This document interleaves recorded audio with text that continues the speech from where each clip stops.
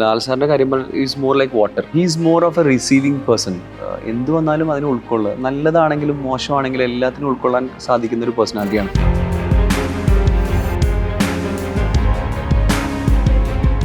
ഒരു കുർത്ത അല്ലെങ്കിൽ ഒരു വൈറ്റ് ഷർട്ട് ആൻഡ് ഒരു മുണ്ട് എന്നൊക്കെ പറഞ്ഞ സാധനം ഉണ്ടല്ലോ, ഏറ്റവും നല്ല രീതിയിൽ കൈകാര്യം ചെയ്യുന്ന അല്ലെങ്കിൽ ഏറ്റവും കൂടുതൽ പവർഫുള്ളായിട്ട് ധരിക്കുന്ന ഒരാളാണ് ലാൽ സാർ. അല്ലേ, എംപുരാനിൽ നമുക്ക് ലൂസോല പോലെ ഒരു മുണ്ട് മടക്കി കുത്തി ഒരു ഇടിയൊക്കെ നമുക്ക് പ്രതീക്ഷിക്കാമോ?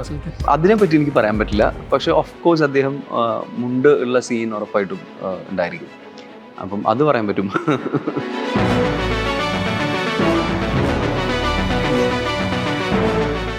അബ്രഹാം ഖുറേഷി എന്ന് പറയുന്നത് മോർ ഓവർ ഈ പറയുന്ന പോലെ തന്നെ ജാക്കറ്റ്സും അല്ലെങ്കിൽ ഡെനിംസും അല്ലെങ്കിൽ ബൂട്ട്സ് ഒക്കെ ധരിക്കുന്ന ആ ഒരു കൂട്ടത്തിൽപ്പെട്ട ആളാണ്. ഒരു വൈറ്റ് ഷർട്ട് ഇട്ട് കഴിഞ്ഞാൽ അത്രയും ഒരു അട്രാക്ഷനുള്ള ഒരു വേറൊരു വ്യക്തി ഉണ്ടോ എന്നുള്ള കാര്യത്തിൽ എനിക്ക് സംശയമുണ്ട്. ലൂസിഫർ ചെയ്യുന്ന സമയത്ത് ഒരിക്കലും നമ്മുടെ നാട്ടിലെ ഡീറ്റ was not that popular, but Prithvi was very good at all these things. Is like very damn good at brands.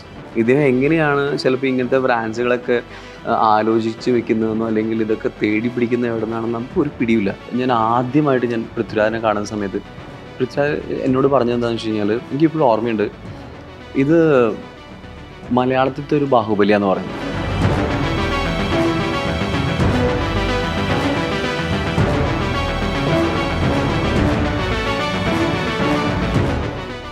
Lucifer, Marakkar, Malaikottai ബാലുവൻ, Empuraan എന്നീ സിനിമകളുടെ കോസ്റ്റ്യൂം ഡിസൈനറായ സുജിത് സുധാകരനാണ് ഇന്ന് റിപ്പോർട്ടർ നമ്മോടൊപ്പം ഉള്ളത്. നമസ്കാരം. നമസ്കാരം. ലൂസിഫർ വന്നു, വലിയ രീതിയിൽ സെലിബ്രേറ്റ് ചെയ്യപ്പെട്ടു. ഇപ്പോൾ പ്രേക്ഷകർക്ക് അറിയാം ലൂസിഫറിലെ ക്യാരക്ടേഴ്സ് എങ്ങനെയാണെന്ന്, ആ ക്യാരക്ടേഴ്സ് എങ്ങനെയാണ് ബിഹേവ് ചെയ്യുന്നത്. ഇപ്പോൾ പ്രിയദർശിനിയുടെ കോസ്റ്റ്യൂം എങ്ങനെയാണ്, പ്രിയദർശിനി എങ്ങനെയാണ് ബിഹേവ് ചെയ്യുന്നത്, അല്ലെങ്കിൽ ജതിൻ എങ്ങനെയാണ് ബിഹേവ് ചെയ്യുന്നത്, അയാളുടെ കോസ്റ്റ്യൂം എങ്ങനെയാണ്, സ്റ്റീഫൻ എങ്ങനെയാണെന്ന്. രണ്ടാം ഭാഗം എമ്പുരാനിലേക്ക് വരുമ്പോൾ ഇപ്പോൾ നമ്മൾ ടീസറിലും പോസ്റ്ററിലൊക്കെ കണ്ടപ്പോൾ വലിയ സ്കെയിലാണ് സിനിമ വരുന്നത്, വേറൊരു ജോഗ്രഫിയിലാണ് സിനിമ വരുന്നത്. അപ്പോൾ ഇതിൻ്റെ ഒരു കഥ പൃഥ്വിരാജ് പറഞ്ഞ ആ ഒരു മൊമെൻ്റ് ഉണ്ടാവില്ല. അപ്പം കഥ പറയുന്ന സമയത്ത് സുജിത്തിൻ്റെ മനസ്സിൽ ഒരു വിഷ്വൽ ഒബ്വിയസ്ലി ഉണ്ടായിരിക്കുമല്ലോ. അപ്പോൾ ആ ഒരു മൊമെൻ്റ് എങ്ങനെയായിരുന്നു? ഇപ്പം നമ്മളൊരു ലൂസിഫർ പറയുന്ന സമയത്തേക്ക് പോയി കഴിഞ്ഞ് കഴിഞ്ഞാൽ, ലൂസിഫറിൻ്റെ ഒരു കഥ എന്ന് പറയുന്നത് നമ്മൾ ആ ലൂസിഫർ വായിച്ച സമയത്ത് വളരെ സാധാരണമായ ഒരു കഥയായിട്ട് തോന്നിയൊരു കാര്യമാണ്. അല്ലെങ്കിൽ ഈ സിനിമ നമ്മൾ ഒരുപാട് പ്രാവശ്യം കേട്ടിട്ടുണ്ടല്ലോ എന്ന് തോന്നുന്ന ഒരു കഥയാണ്. പുതിയ പ്രത്യേകതകൾ ഒരുപാടില്ലാത്തൊരു സിനിമയാണ് നമുക്ക് തോന്നിയിട്ടുള്ളത്. പക്ഷേ അത് നമ്മൾ തിയേറ്ററിൽ അല്ലെങ്കിൽ ഈവൻ ഷൂട്ട് ചെയ്തുകൊണ്ടിരിക്കുന്ന സമയത്ത് നമുക്കതിൽ വലിയ പ്രത്യേകതകൾ തോന്നിയിട്ടില്ല. പക്ഷേ തിയേറ്ററിലേക്ക് വന്നപ്പോൾ കഥ മാറി അല്ലേ. അപ്പം അത് അദ്ദേഹത്തിൻ്റെ ഒരു ഡയറക്ഷൻ്റെ മികവോ അല്ലെങ്കിൽ ആ സ്ക്രിപ്റ്റിനെ അവരെങ്ങനെ കൈകാര്യം ചെയ്തു, അല്ലെങ്കിൽ ടെക്നീഷ്യൻസിനെ എങ്ങനെ ഉപയോഗിച്ചു എന്ന്, അല്ലെങ്കിൽ എങ്ങനെ ആർട്ടിസ്റ്റുകളെ സെലക്ട് ചെയ്തു എന്ന് പറയുന്ന കുറേ കാര്യങ്ങൾ ഭയങ്കര കറക്റ്റായിട്ട് ചെയ്തുകൊണ്ടാണ് നമുക്ക് ആ സിനിമ അങ്ങനെ കിട്ടിയത്. അപ്പോൾ ഒരു സാധാരണ സ്ക്രിപ്റ്റ് എന്ന് തോന്നിയ ഒരു സിനിമയെ ഒരുപാട് എലിവേറ്റ് ചെയ്യാൻ അദ്ദേഹത്തിൻ്റെ ഡയറക്ഷനും അല്ലെങ്കിൽ മുരളി ഗോപി എന്ന് പറഞ്ഞ റൈറ്ററിൻ്റെ ഒരു കഴിവ് ഉറപ്പായിട്ടുണ്ട്. സോ എമ്പുരാൻ എന്ന് പറയുന്ന സിനിമ നമ്മൾ കേൾക്കാൻ ചെല്ലുന്ന സമയത്ത് ഇതൊരു ഡിഫറെൻറ്റ് ടെറൈനിൽ നടക്കുന്ന സിനിമയാണെന്ന് നമുക്ക് മനസ്സിലാവുന്നത്. സോ അഗെയിൻ അതിൻ്റെ സ്ക്രിപ്റ്റ് വൈസ് നമ്മൾ കേൾക്കുമ്പോൾ ഇദ്ദേഹം പൃഥ്വിരാജ് എന്ന് പറയുന്നൊരു ഡയറക്ടർ അവിടെ എന്താണ് ചെയ്യാൻ പോകുന്നത് എന്നുള്ളതിനെ പറ്റി നമുക്ക് വലിയ ഐഡിയ ഇല്ല. ഇതിൻ്റെ ഒരു സ്ക്രിപ്റ്റ് വൈസ് നമ്മൾ കേൾക്കുമ്പോൾ നമുക്ക് ചിലപ്പം നമുക്കിത് കാണാൻ പറ്റില്ല. This is more about how you visualise ഇതിനെ. അതെ അതെ അതെ വിഷ്വൽ അല്ലെങ്കിൽ മോർ ഓവർ സ്ക്രീൻ പ്ലേ എന്ന് പറയുന്ന ഒരു കാര്യത്തിലാണ് അതിൻ്റെ കംപ്ലീറ്റ് ആ കാര്യം കിടക്കുന്നത്. സോ അതിലേക്ക് നമുക്ക് എങ്ങനെ ഇതിനെ കോൺട്രിബ്യൂട്ട് ചെയ്യാം, അല്ലെങ്കിൽ അദ്ദേഹത്തിൻ്റെ ഒരു വിഷൻ അതിൽ ഭയങ്കര ക്ലിയർ ആണ്. ആ ക്ലാരിറ്റി നമ്മൾ വർക്ക് ചെയ്തുകൊണ്ടിരുന്നാൽ മതി, എസ്പെഷ്യലി പൃഥ്വിരാജിനോട് വർക്ക് ചെയ്യുന്ന സമയത്ത്. അപ്പം സ്ക്രിപ്റ്റ് കേൾക്കുന്നതിനും കൂടുതലായിട്ട് അദ്ദേഹത്തിൻ്റെ ആ എക്സ്പ്ലനേഷൻസ് എങ്ങനെയാണ് നമ്മളൊരു ജോഗ്രഫിക്കൽ പാറ്റേണിലേക്കോ അല്ലെങ്കിൽ ഒരു വേറൊരു ടെറൈനിലേക്ക് സിനിമ മാറുമ്പോൾ എന്ത് സംഭവിക്കുന്നു എന്നുള്ള കാര്യങ്ങളെ പറ്റി ചിന്തിക്കുക. അതിൻ്റെ ഔട്ട്കം നമ്മൾ ചിന്തിക്കേണ്ട കാര്യമില്ല. ഇത് ഇദ്ദേഹത്തിൻ്റെ കയ്യിൽ ഇരിക്കുന്ന ഒരു കാര്യമാണ്. അത് അദ്ദേഹം വളരെ കറക്റ്റായിട്ട് ചെയ്തോളൂ. ലൂസിഫറിൽ നമ്മൾ സ്റ്റീഫൻ നെടുമ്പള്ളി എന്ന് പറയുന്ന ക്യാരക്ടറിനെ കണ്ടു. വെള്ളയിട്ട് ധരിച്ച് വരുന്ന ആ ക്യാരക്ടറിനെ നമ്മൾ കണ്ടു. അപ്പോൾ L2-ൻ്റെ എമ്പുരാൻ്റെ ടീസർ കാണുമ്പോൾ ഇദ്ദേഹം ഒരു ബ്ലാക്ക് കോട്ടിൽ സ്ലോ മോഷനിൽ നടന്നു വരുന്നൊരു സീക്വൻസാണ് ആ ടീസറിൽ കാണുന്നത്. മോഹൻലാൽ എന്ന് പറയുന്നൊരു വ്യക്തി ഏത് ഡ്രസ്സ് ഇട്ടാലും ഒരു അന്യായ ഒരു ഓറ അല്ലെങ്കിൽ ഒരു ചാം കീപ്പ് ചെയ്യുന്ന ഒരു ആക്ടറാണ്. അപ്പോൾ അദ്ദേഹത്തെ ഒരു ഡെവിളിഷ് രൂപത്തിൽ അവതരിപ്പിക്കുകയാണ് ഇവിടെ സുജിത്തിനുള്ള ഒരു വലിയ ചാലഞ്ച്. എബ്രഹാം ഖുറേഷി എന്ന് പറയുന്ന ഒരു ഡെവിളിഷ് ക്യാരക്ടറായിട്ട് ഇവിടെ അവതരിപ്പിക്കണം. അപ്പോൾ ആ ബ്ലാക്ക് കോട്ടിട്ട് അദ്ദേഹം ഹെലികോപ്റ്ററിൽ നടന്നു വരുമ്പോൾ ഈ പറഞ്ഞൊരു ഡാർക്ക് എനർജി നമുക്കവിടെ ഫീൽ ചെയ്യും വേണം. എങ്ങനെയാണ് ഈ എബ്രഹാം ഖുറേഷി എന്ന് പറയുന്ന ഒരു ക്യാരക്ടറിൻ്റെ ഈ ഒരു കോസ്റ്റ്യൂം ഡിസൈൻ ചെയ്തതും അതിൻ്റെ ഒരു എക്സ്പീരിയൻസ് എങ്ങനെയാണ്? ഏത് മെറ്റീരിയലൊക്കെയാണ് അതിന് യൂസ് ചെയ്തതൊക്കെ? എനിക്ക് തോന്നുന്നു അൺഡൗട്ട്ലി ഒരു കുർത്ത അല്ലെങ്കിൽ ഒരു വൈറ്റ് ഷർട്ട് ആൻഡ് ഒരു മുണ്ട് എന്നൊക്കെ പറയുന്ന സാധനം ഉണ്ടല്ലോ, ഏറ്റവും നല്ല രീതിയിൽ കൈകാര്യം ചെയ്യുന്ന അല്ലെങ്കിൽ ഏറ്റവും കൂടുതൽ പവർഫുൾ ആയിട്ട് ധരിക്കുന്ന ഒരാളാണ് ലാൽ സാർ അല്ലേ. സോ ബിയോണ്ട് അദ്ദേഹത്തിൻ്റെ എന്താ പറയുന്ന ഒരു ഓറ ഏറ്റവും കൂടുതൽ നമുക്ക് കാണാൻ കഴിയുന്ന, ഒരു വൈറ്റ് ഷർട്ട് ഇട്ട് കഴിഞ്ഞാൽ അത്രയും ഒരു അട്രാക്ഷനുള്ള ഒരു വേറൊരു വ്യക്തി ഉണ്ടോ എന്നുള്ള കാര്യത്തിൽ എനിക്ക് സംശയമുണ്ട്.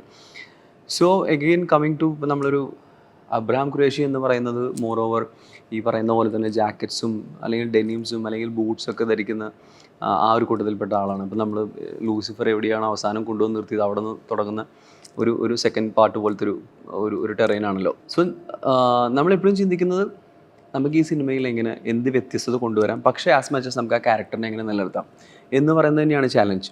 ആസ് എ കോസ്റ്റ്യൂം ഡിസൈനർ നമ്മൾ അതിൻ്റെ പിന്നിൽ ഒരു 1-2 മാസം സ്റ്റഡി നടത്തുകയുണ്ടായി. നമ്മൾ ചിലപ്പോൾ പ്രോബ്ലി നമുക്ക് എങ്ങനത്തെ ജാക്കറ്റ്സ് നമുക്ക് ഉണ്ടാക്കാനായിട്ട് നമുക്ക് എന്ത് ചെയ്യാം, നമ്മളത് ബിൽഡ് ചെയ്യണം. നമ്മൾ റെഡിമെയ്ഡ് കാര്യങ്ങളിൽ പലതും സിനിമയിൽ ഇപ്പം ഞാൻ ചെയ്യുന്ന സിനിമകളിൽ ഞാൻ വിശ്വസിക്കാറില്ല. ബിക്കോസ് റെഡിമെയ്ഡ് ഒരു മാർക്കറ്റിനെ മുന്നിൽ കണ്ടുകൊണ്ട് ചെയ്യുന്ന ഒരു കാര്യമാണ്. സിനിമ ഭയങ്കര ഡീറ്റെയിലി ചെയ്യേണ്ട കാര്യമാണ്. ഇപ്പോൾ ഈ ക്യാരക്ടർ, ഈ വ്യക്തി, അല്ലെങ്കിൽ ഇത് ഇമോട്ട് ചെയ്യുന്ന ഒരു ഫീലിംഗ് എന്നൊക്കെ പറയുന്ന കുറേ എലമെൻസിനെ നമ്മൾ മുന്നിൽ വെച്ചുകൊണ്ടാണ് നമ്മളൊരു കാര്യം ചെയ്യുന്നത്. അപ്പോൾ അതിനെ ക്രിയേറ്റ് ചെയ്തെടുക്കുക എന്നുള്ളൊരു പ്രോസസ്, ക്രിയേറ്റ് ചെയ്തെടുക്കുക എന്നുള്ളതാണ്. അപ്പം അതെങ്ങനെ ഉണ്ടാക്കിയെടുക്കാം എന്നാണ് നമ്മൾ ചിന്തിക്കുന്നത്. അല്ലെങ്കിൽ നമുക്ക് എങ്ങനെ കടയിൽ പോയി ഒരു സാധനം അറേഞ്ച് ചെയ്ത് കൊണ്ടുവരാം എന്നുള്ളതിനെ പറ്റി ഞാൻ അധികം ചിന്തിക്കാറില്ല. ഇതിനു മുൻപ് സംസാരിച്ച കുറേ സിനിമകൾ, ഇപ്പം ലൂസിഫർ ആണെങ്കിലും അല്ലെങ്കിൽ ബ്രോഡാഡിയോ അല്ലെങ്കിൽ മരക്കാറോ അല്ലെങ്കിൽ വാലിബൻ എന്നൊക്കെ പറയുന്ന കുറേ സിനിമ, ഇതിനിടയിൽ നമ്മൾ ഒരുപാട് സിനിമകൾ വേറെ ചെയ്തിട്ടുണ്ട്. അപ്പം പക്ഷേ അതിൽ ഇല്ലാത്തൊരു വേറൊരു ചാലഞ്ച് എന്ന് പറയുന്ന ഉറപ്പായിട്ടും ഇദ്ദേഹത്തിൻ്റെ ഈ ലുക്കാണ്. അപ്പോൾ ഇദ്ദേഹത്തിനെ നമ്മളിങ്ങനെ ഒരു ലുക്കിലേക്ക് കൊണ്ടുവരുമ്പം നമ്മൾ ഇങ്ങനത്തെ ജാക്കറ്റ്സോ ഡെനിംസോ ഒക്കെ ബേസിക്കായിട്ട് നമുക്ക് എങ്ങനെ ഉണ്ടാക്കാം എന്നുള്ളൊരു കാര്യത്തിലേക്ക് നമ്മൾ പഠനത്തിലേക്ക് പോകുന്നു. അങ്ങനെ നമ്മൾ അതിൻ്റെ മെറ്റീരിയൽ, എന്തൊക്കെ മെറ്റീരിയലാണ് നമ്മൾ ഉപയോഗിക്കാൻ നമുക്ക് സാധിക്കുക എന്നുള്ളത് പോകുന്നു. അപ്പോൾ അതിൻ്റെ ഒരു മൈന്യൂട്ട് കാര്യങ്ങൾ പോലും, ഇപ്പോൾ ഒരു ത്രെഡ്, നമ്മൾ ഏത് തരം ത്രെഡാണ് ഇങ്ങനത്തെ ജാക്കറ്റുകളിൽ ഉപയോഗിക്കുന്നത്, ഏത് തരം ബട്ടൺസാണ് ഉപയോഗിക്കുന്നത്, ഏത് തരം ഒരു സ്റ്റിച്ചിൻ്റെ ലെങ്ത്ത് എത്രമാത്രം വേണം. ഇപ്പോൾ ഒരു മെഷീനിൽ കണ്ടിട്ടില്ലേ, ഇപ്പോൾ ഒരു സ്റ്റിച്ച് ലെങ്ത്ത് എന്ന് പറഞ്ഞാൽ ഒരു സ്വിച്ച് ഉണ്ടോ എല്ലാ മെഷീനും, ടൈലറിംഗ് മെഷീൻ. അപ്പോൾ ആ മെഷീൻ്റെ ഒരു സ്റ്റിച്ചിന് എത്ര നീളം വേണം, അല്ലെങ്കിൽ എത്ര കട്ടിയുള്ള നൂലാണ് നമ്മളതിനിടുന്നത് എന്ന് പറയുന്ന ഏറ്റവും മൈക്രോ ആയിട്ടുള്ള കാര്യങ്ങളാണ്. പിന്നെ അതിൽ ജാക്കറ്റിൽ എങ്ങനെ എഫക്റ്റുകൾ നമ്മളെങ്ങനെ കൊണ്ടുവരാം, അതായത് ഉപയോഗിച്ചതായിട്ടും ഉപയോഗിക്കാത്തതായിട്ടും, അല്ലെങ്കിൽ ചില സമയത്ത് നമുക്കൊരു ഷൈനുള്ള ലുക്ക് വേണം, ചില സമയത്ത് ഭയങ്കര റഗഡായിട്ടുള്ള ലുക്ക് വേണം എന്ന് പറയുന്ന കുറേ കാര്യങ്ങൾ നമ്മൾ തീർച്ചയായിട്ടും നമ്മുടെ യൂണിറ്റിൽ ഇങ്ങനത്തെ ഒരു സാധനം നമ്മൾ ഉണ്ടാക്കി നോക്കുകയും ട്രയൽ ആൻഡ് എറർ മെത്തേഡ് വഴി നമ്മൾ അതിനെ 3, 4, 5, 10 നമ്മൾ ഉണ്ടാക്കി നോക്കി നമ്മളതിനെ അത് വലിച്ചെറിഞ്ഞിട്ടാണ് നമ്മൾ അടുത്തൊരു ജാക്കറ്റിലേക്ക്, ഒരു ഔട്ട്പുട്ടിലേക്ക് നമ്മൾ വരുന്നത്. സോ ഒരു വലിയ രീതിയിലുള്ള ഒരു ലേണിംഗ് നമ്മളവിടെ ചെയ്തിട്ട് തന്നെയാണ് അത് ചിലപ്പോൾ വലിയൊരു ബ്രാൻഡ് ഉണ്ടാക്കുന്ന ഒരു ജാക്കറ്റിൻ്റെ ഒരു ക്വാളിറ്റിയിലേക്ക് നമ്മൾ എത്തുന്നത്. സോ അതാണ് നമ്മുടെ ഇങ്ങനെയുള്ള സിനിമകൾ നമ്മൾ ചെയ്യുമ്പോൾ നമ്മുടെ കോൺട്രിബ്യൂഷൻ. നമുക്കിത് റെഡിമെയ്ഡ് കിട്ടുന്നു, അല്ലെങ്കിൽ ഇത് വാങ്ങിക്കാൻ കിട്ടുന്ന ഒരുപാട് സ്ഥലങ്ങളുണ്ട്. ചിലപ്പോൾ അത് കൺവിൻസ് ചെയ്യാനും സാധിക്കും പല സമയത്തും. അതായത് ഞാൻ പറയുന്നത് ചിലപ്പോൾ വാങ്ങിച്ചിട്ട് ചിലപ്പോൾ കൺവിൻസ് ചെയ്യാനും സാധിക്കും. ചില സ്ഥലങ്ങളിലൊക്കെ സാധിക്കും. ചിലപ്പോൾ നമുക്കൊരു 10 ഉണ്ട്, അല്ലെങ്കിൽ 10 നമ്പർ ഓഫ് ചേഞ്ചസ് ഉണ്ട്, അല്ലെങ്കിൽ 20 ചേഞ്ചസ് ഉണ്ടെങ്കിൽ ചിലപ്പോൾ ഒരു 10 12 കറക്റ്റായിട്ട് കൊടുക്കുകയാണെങ്കിൽ ബാക്കിയുള്ള 8 ചിലപ്പോൾ അത് ആൾക്കാർ ശ്രദ്ധിക്കില്ല. സോ അതിന് നമ്മൾ അന്വേഷിച്ച് നടന്നാൽ മതി. സോ ഇതാണ് എനിക്ക് തോന്നുന്നത് കുറച്ചും കൂടെ കോൺട്രിബ്യൂഷൻ ടു ഫിലിം. നമ്മുടെ സിനിമയെ നമുക്ക് ഒരു ബോളിവുഡ് ലെവലിലേക്ക്, ഒരു ഹോളിവുഡ് ലെവലിലേക്കൊക്കെ നമുക്ക് ഉയർത്താൻ വേണ്ടി ശ്രമം അതാണ്. ഇനി അത് ഉയരുന്നുണ്ടോ എന്നുള്ളത് വേറെ ഒരുപാട് കാര്യങ്ങളായിട്ട് ബന്ധപ്പെട്ട് കിടക്കുന്നതാണ്. So each and every technician അങ്ങനെ ഡീറ്റെയിലി വർക്ക് ചെയ്യുന്ന സമയത്ത് തന്നെയാണ് നമ്മൾ വിചാരിക്കുന്ന ഒരു ഔട്ട്പുട്ടിലേക്ക് നമ്മൾ എത്തുന്നത്. അപ്പോൾ അങ്ങനെ വർക്ക് ചെയ്തിട്ടുണ്ട് തീർച്ചയായിട്ടും. ഇപ്പം നമ്മൾ ഈ ടീസറിൽ കാണുന്ന ആ ഒരു പോർഷനൊക്കെ തന്നെ, അപ്പോൾ ആ ഒരു കോസ്റ്റ്യൂം ഒക്കെ ഇങ്ങനെ നമ്മൾ ക്രിയേറ്റ് ചെയ്തെന്ന് പറയുന്നത് അതിൽ ലാൽ സാറിൻ്റെ കോസ്റ്റ്യൂം മാത്രമല്ല, അതിൻ്റെ ബാക്കിലൊക്കെ നടക്കുന്ന എല്ലാവരും കോസ്റ്റ്യൂംസ് നമ്മൾ ക്രിയേറ്റ് ചെയ്തതാണ്. ചിലപ്പോൾ ഒരു ബുള്ളറ്റ് പ്രൂഫ് ജാക്കറ്റ് എന്ന് പറയുന്നത്, അപ്പോൾ നമ്മൾ ബുള്ളറ്റ് പ്രൂഫ് ജാക്കറ്റ് എന്ന് പറയുന്ന ഒരു കാര്യത്തിൻ്റെ പിന്നിലേക്ക് നമ്മളൊരു സ്റ്റഡി നടത്തും. നമ്മൾ ചിലപ്പോൾ അത് എവിടെ നിന്ന് ഒറിജിൻ എന്താണ്, അതിൻ്റെ ആ മെറ്റീരിയലിൻ്റെ തിക്നെസ് എന്താണ്, പിന്നെ അതേപോലെ തന്നെ അതിനെ നമ്മൾ സിനിമയിലേക്ക് കൊണ്ടുവരുമ്പോൾ നമുക്ക് ചിലപ്പോൾ ആ ബുള്ളറ്റ് പ്രൂഫിൻ്റെ റിയൽ ഒരു വേർഷൻ നമുക്ക് ഉപയോഗിക്കാൻ പറ്റില്ല, അതിൻ്റെ ആവശ്യമില്ല ഒന്ന്. അപ്പോൾ ചിലപ്പോൾ നമ്മുടെ പല ഫ്ലെക്സിബിലിറ്റി ആയിട്ടുള്ള പല കാര്യങ്ങളിലും അത് നമുക്ക് സ്വാഭാവികമായിട്ടും നമുക്ക് ചിലപ്പോൾ ധരിക്കാൻ പറ്റില്ല, അല്ലെങ്കിൽ ചിലപ്പോൾ അതിൻ്റെ കോസ്റ്റ് ഒരുപാട് കൂടുതലായിരിക്കും. പക്ഷേ നമ്മൾ അതിൻ്റെ ഒരു സാമ്പിൾ വാങ്ങിച്ചിട്ട്, അല്ലെങ്കിൽ സാമ്പിൾ നമ്മൾ തേടിപ്പോയി അതിനെ കണ്ട് അത് പഠിച്ച് അത് ഉപയോഗിച്ചിട്ടുള്ള മെറ്റീരിയൽസ് എന്തൊക്കെയാണെന്നുള്ളത് കൊണ്ടുവന്ന് നമ്മൾ തിരിച്ച് നമ്മുടെ യൂണിറ്റിൽ ഉണ്ടാക്കിയിട്ടുള്ള കാര്യങ്ങളൊക്കെയാണ് അതൊക്കെ. മലയാളികൾക്ക് എന്നും കണക്ട് ചെയ്യുന്ന ഒരു കാര്യമാണ് മോഹൻലാലും മുണ്ടും എന്ന് പറയുന്ന ഒരു ഫാക്ടർ. ഒരുപാട് നൊസ്റ്റാൾജിയുള്ള, ഒരുപാട് ഇമോഷനുള്ള ഒരു കാര്യമാണ്. അപ്പോൾ നമ്മൾ കാലാകാലങ്ങൾ, ഇപ്പോൾ നരസിംഹ മുതൽ പല കാലഘട്ടങ്ങളിലായി മോഹൻലാൽ ഈ മുണ്ടിനെ വലിയ രീതിയിൽ സെലിബ്രേറ്റ് ചെയ്യപ്പെടുന്ന സിനിമകൾ നമ്മൾ കണ്ടിട്ടുണ്ട്. അതിൽ അവസാനമായിട്ട് കണ്ടതാണ് നമ്മൾ ലൂസിഫർ. അപ്പോൾ ലൂസിഫർ നോക്കുകയാണെങ്കിൽ വളരെ ഫെമിലിയർ ആയിട്ടുള്ള ഡ്രസ്സാണ്, ഒരു വൈറ്റ് ഷർട്ടും ഒരു വൈറ്റ് മുണ്ടും ധരിച്ച് അദ്ദേഹം വരുമ്പോൾ പോലും ഞാൻ നേരത്തെ പറഞ്ഞൊരു ഒരു വലിയൊരു ഓറ ഫീൽ ചെയ്യുന്നുണ്ട്. സ്റ്റീഫൻ നെടുമ്പള്ളി എന്ന് പറയുന്ന കഥാപാത്രത്തിൻ്റെ ഒരു പവർ അവിടെ ഫീൽ ചെയ്യുന്നുണ്ട്. അപ്പോൾ ആ സിനിമ ചെയ്യുന്ന സമയത്ത് ഇപ്പോൾ ഇത്രയ്ക്ക് ഫെമിലിയർ ആയിട്ടുള്ളൊരു വസ്ത്രത്തെ സ്പെഷ്യലായി കാണിക്കാൻ വേണ്ടി എന്തൊക്കെയാണ് ചെയ്തത്? അതിന് പിന്നിൽ എന്തൊക്കെയായിരുന്നു? ഇപ്പോൾ ചില കാര്യങ്ങൾക്ക് നമുക്കൊരു എഫേർട്ട് ആവശ്യമില്ല. ബിക്കോസ് ഒരു ആക്ടറുടെ കൂടെ വരുന്ന കുറേ കാര്യങ്ങളുണ്ട്. ഇപ്പോൾ മോഹൻലാൽ സർ എന്ന് പറയുന്ന ഒരാളുടെ കൂടെ വരുന്ന, ഇപ്പോൾ ഫോർ എക്സാമ്പിൾ എസ്പെഷ്യലി അദ്ദേഹം വൈറ്റ് ഷർട്ടും മുണ്ടും ധരിക്കുന്ന സമയത്ത് നമ്മൾ ഒരുപാട് എഫേർട്ട് എടുക്കേണ്ട കാര്യമില്ല. നമ്മൾ നല്ലൊരു ഫാബ്രിക്കും അതിന് നല്ല സ്റ്റിച്ചിങ്ങും നമ്മൾ ചെയ്താൽ മതി. മറ്റേതൊക്കെ അദ്ദേഹത്തിൻ്റെ കൂടെ അങ്ങോട്ട് വന്നോളും എന്ന് പറയുന്നത്. സോ ആ പാർട്ട് നമുക്ക് കുറച്ചും കൂടെ സുഖമായിരുന്നു. അത് ചിലപ്പം നമ്മൾ വിചാരിക്കുന്നതിനേക്കാൾ ഒരുപാട് നമ്മൾ ചിലപ്പോൾ അതിൻ്റെ ബാക്കിൽ ഒരുപാടൊന്നും വർക്ക് ചെയ്തില്ല, പക്ഷെ നമുക്ക് ഒരുപാട് കൈയ്യടി കിട്ടുന്ന ഒരു സ്പേസ് ആണത്. അങ്ങനെയുള്ള കാര്യങ്ങളെ നമ്മൾ എപ്പോഴും കുറച്ച് സിമ്പിളാക്കി വെക്കുകയാണ് സിനിമയിൽ നല്ലത്. അതിൻ്റെ മേലെ നമുക്ക് എന്ത് ചെയ്യാമെന്ന് പറ്റി നമ്മൾ ചിന്തിക്കാനേ പോരുത്. ഇനി എസ്പെഷ്യലി നമ്മൾ അഗെയിൻ എംപുരാനിലേക്കൊക്കെ വരുമ്പോൾ ഇദ്ദേഹം എഗെയിൻ ഒരു നമ്മൾ ചിലപ്പോൾ കുറേ നാൾ ഷൂട്ട് ചെയ്ത് കഴിഞ്ഞിട്ടാണ് ഇപ്പോൾ ലാൽ സാറിന് നമ്മളൊരു എഗെയിൻ ഒരു വൈറ്റ് ഷർട്ടും വൈറ്റ് മുണ്ടിലേക്കൊക്കെ നമ്മൾ ഈ സിനിമയിൽ കാണുന്നത്. സോ ഇതെല്ലാവർക്കും ഭയങ്കര റിഫ്രഷിംഗ് ആണ്. ഇപ്പോൾ ഈവൻ ഡയറക്ടർ പൃഥ്വിരാജ് ആണെങ്കിൽ പോലും പൃഥ്വി ചോദിക്കുന്ന സുഹൃത്തിൽ എന്തെങ്കിലും സ്പെഷ്യൽ മെറ്റീരിയൽ എന്തെങ്കിലും ഉണ്ടോ, അല്ലെങ്കിൽ ഇതൊന്നുമില്ല. പക്ഷേ അവർക്ക് അത് കാണുമ്പോൾ ഒരു ഇഷ്ടമുണ്ടല്ലോ, അത് that comes along with Mohanlal sir. അദ്ദേഹം ക്യാരി ചെയ്യുന്നതാണത്. നമ്മളതിൽ പ്രത്യേകിച്ച് ഒന്നും ഒരു ഞാൻ പക്ഷേ ഓഫ് കോഴ്സ് ഞാൻ ആ എന്ത് മെറ്റീരിയലാണ് ഉപയോഗിക്കുന്നതിനെ പറ്റി കൺസേൺഡ് ആണ്. അത് ചിലപ്പോൾ നമ്മൾ ഏറ്റവും നല്ല അത് എല്ലാവർക്കും ചെയ്യാൻ പറ്റുന്നത്. ഞാൻ പറഞ്ഞത് അതിൽ നമ്മുടെ കോൺട്രിബ്യൂഷനൊന്നുമില്ല. നമ്മൾ ഏറ്റവും നന്നായി ഒരു ഷർട്ട് സ്റ്റിച്ച് ചെയ്യുക, നല്ലൊരു മുണ്ട് വാങ്ങിക്കുക എന്നല്ലാതെ അതിനുള്ള പ്രത്യേകിച്ച് വർക്കൊന്നുമില്ല. ഇത് അദ്ദേഹം കൊണ്ടുവരുന്നൊരു ഓറയാണ്. അപ്പം അത് പക്ഷെ കാണുമ്പോൾ പലപ്പോഴും ആൾക്കാർ നമ്മൾ വിചാരിക്കാത്ത കുറേ അപ്രീസിയേഷൻ അതിൻ്റെ പിന്നിൽ വരുന്നുണ്ട്. പക്ഷേ ഇപ്പുറത്ത് ചില കുറേ കാര്യങ്ങൾ നമ്മൾ ചെയ്യുന്ന ആൾക്കാർക്ക് അത് മനസ്സിലാവില്ല. ഇപ്പോൾ എനിക്കതിൽ ചേർത്ത് ചോദിക്കാൻ പറ്റുന്നത്, ഇത് റിവീൽ ചെയ്യാൻ പറ്റുന്നതാണോന്ന് അറിയില്ല, എംപുരാനിൽ നമുക്ക് ലൂസോല പോലൊരു മുണ്ട് മടക്കി കുത്തി ഒരു ഇടിയൊക്കെ നമുക്ക് പ്രതീക്ഷിക്കാമോ? അതിനെപ്പറ്റി എനിക്ക് പറയാൻ പറ്റില്ല. പക്ഷേ ഓഫ് കോഴ്സ് അദ്ദേഹം മുണ്ട് ഉള്ള സീൻ ഉറപ്പായിട്ടും ഉണ്ടായിരിക്കും. അപ്പം അത് പറയാൻ പറ്റും. മോഹൻലാലിനൊപ്പം ഒരുപാട് സിനിമകൾ വർക്ക് ചെയ്തു. ഇപ്പോൾ മരക്കാറ്, വാലിബൻ, ബ്രോഡാഡി, ഇപ്പോൾ ലൂസിഫർ, എംപുരാൻ. സുഹൃത്തിൻ്റെ ഇൻസ്റ്റഗ്രാം നോക്കിയപ്പോൾ ലാലേട്ടനുമായിട്ടൊരു ചിത്രം കണ്ടു. ഡ്രസ്സ് പർച്ചേസ് ചെയ്യുമ്പോൾ കൂടെ പോരുന്ന മോനെ എന്ന് ചോദിക്കുന്നത്. അപ്പോൾ ഇത്രയും കാലം അദ്ദേഹത്തിനൊപ്പം ഉള്ളൊരു ട്രാവൽ ഉണ്ടല്ലോ. ഇപ്പോൾ കഴിഞ്ഞ കുറേ ദിവസങ്ങളെ നമ്മൾ അദ്ദേഹത്തിൻ്റെ ഓഫ് സ്ക്രീൻ ലുക്കുകൾ വളരെ രീതിയിൽ സെലിബ്രേറ്റ് ചെയ്യപ്പെടുന്നു. ഇപ്പോൾ അമ്മയുടെ ഒരു മീറ്റിങ്ങിന് അതേ ഒരു വൈറ്റ് ആൻഡ് വൈറ്റ് ഡ്രസ്സ്, ഒരു റെഡ് ഗ്ലാസ് വിട്ട് വന്നത് വളരെ ട്രെൻഡിങ് ആവുന്നു. മറ്റൊരിടത്തൊരു കുർത്തയും ഒരു മുണ്ടും കൊടുത്ത് വരുന്നത് വളരെ രീതിയിൽ സെലിബ്രേറ്റ് ചെയ്യപ്പെടുന്നു. അപ്പോൾ അദ്ദേഹത്തിൻ്റെ ഒരു ഫാഷൻ സെൻസിനെ എങ്ങനെയാണ് സുഹൃത്ത് നോക്കി കാണുന്നത്? ലാൽ സാറിൻ്റെ കാര്യം ഈസ് മോർ ലൈക്ക് വാട്ടർ, ഒരു വെള്ളത്തിൻ്റെ പോലെയാണ്. ഇപ്പം നമ്മൾ പലതും ഇപ്പം ചില ആൾക്കാർ അല്ലെങ്കിൽ ചില സെലിബ്രിറ്റീസോ അല്ലെങ്കിൽ ഈവൻ എനിബഡി നമ്മൾ as A fashion designer, costume designers point of വ്യൂവിൽ നമ്മൾ എപ്പോഴും ഒരു ഐഡൻറ്റിഫിക്കേഷനിലേക്ക് എത്തും. അതായത് ഇദ്ദേഹം ഇതൊക്കെയാണ് ഉപയോഗിക്കേണ്ടത്, ഇതൊക്കെയാണ് ഉപയോഗിക്കേണ്ടാത്തത് എന്നുള്ള ഒരു സാധനം നമുക്ക് എപ്പോഴും ചിലപ്പോൾ ഉണ്ടാവും, ഇല്ലേ? അപ്പം അല്ലെങ്കിൽ ചില ആൾക്കാർക്ക് ഒരുപാട് കാര്യങ്ങൾ സൂട്ടാവും, ചിലത് സൂട്ടാവില്ല എന്നൊക്കെ. പക്ഷേ ലാൽ സാറിൻ്റെ കാര്യത്തിൽ എന്താ വെച്ചാൽ ലാൽ സാറ് ഒന്നിനോടും നോ പറയാത്ത ആളാണ്. ഒരു സാധനം ഭയങ്കര നല്ലതാണെന്ന് പറഞ്ഞാൽ അതിൽ ഇൻടേക്ക് ചെയ്യും.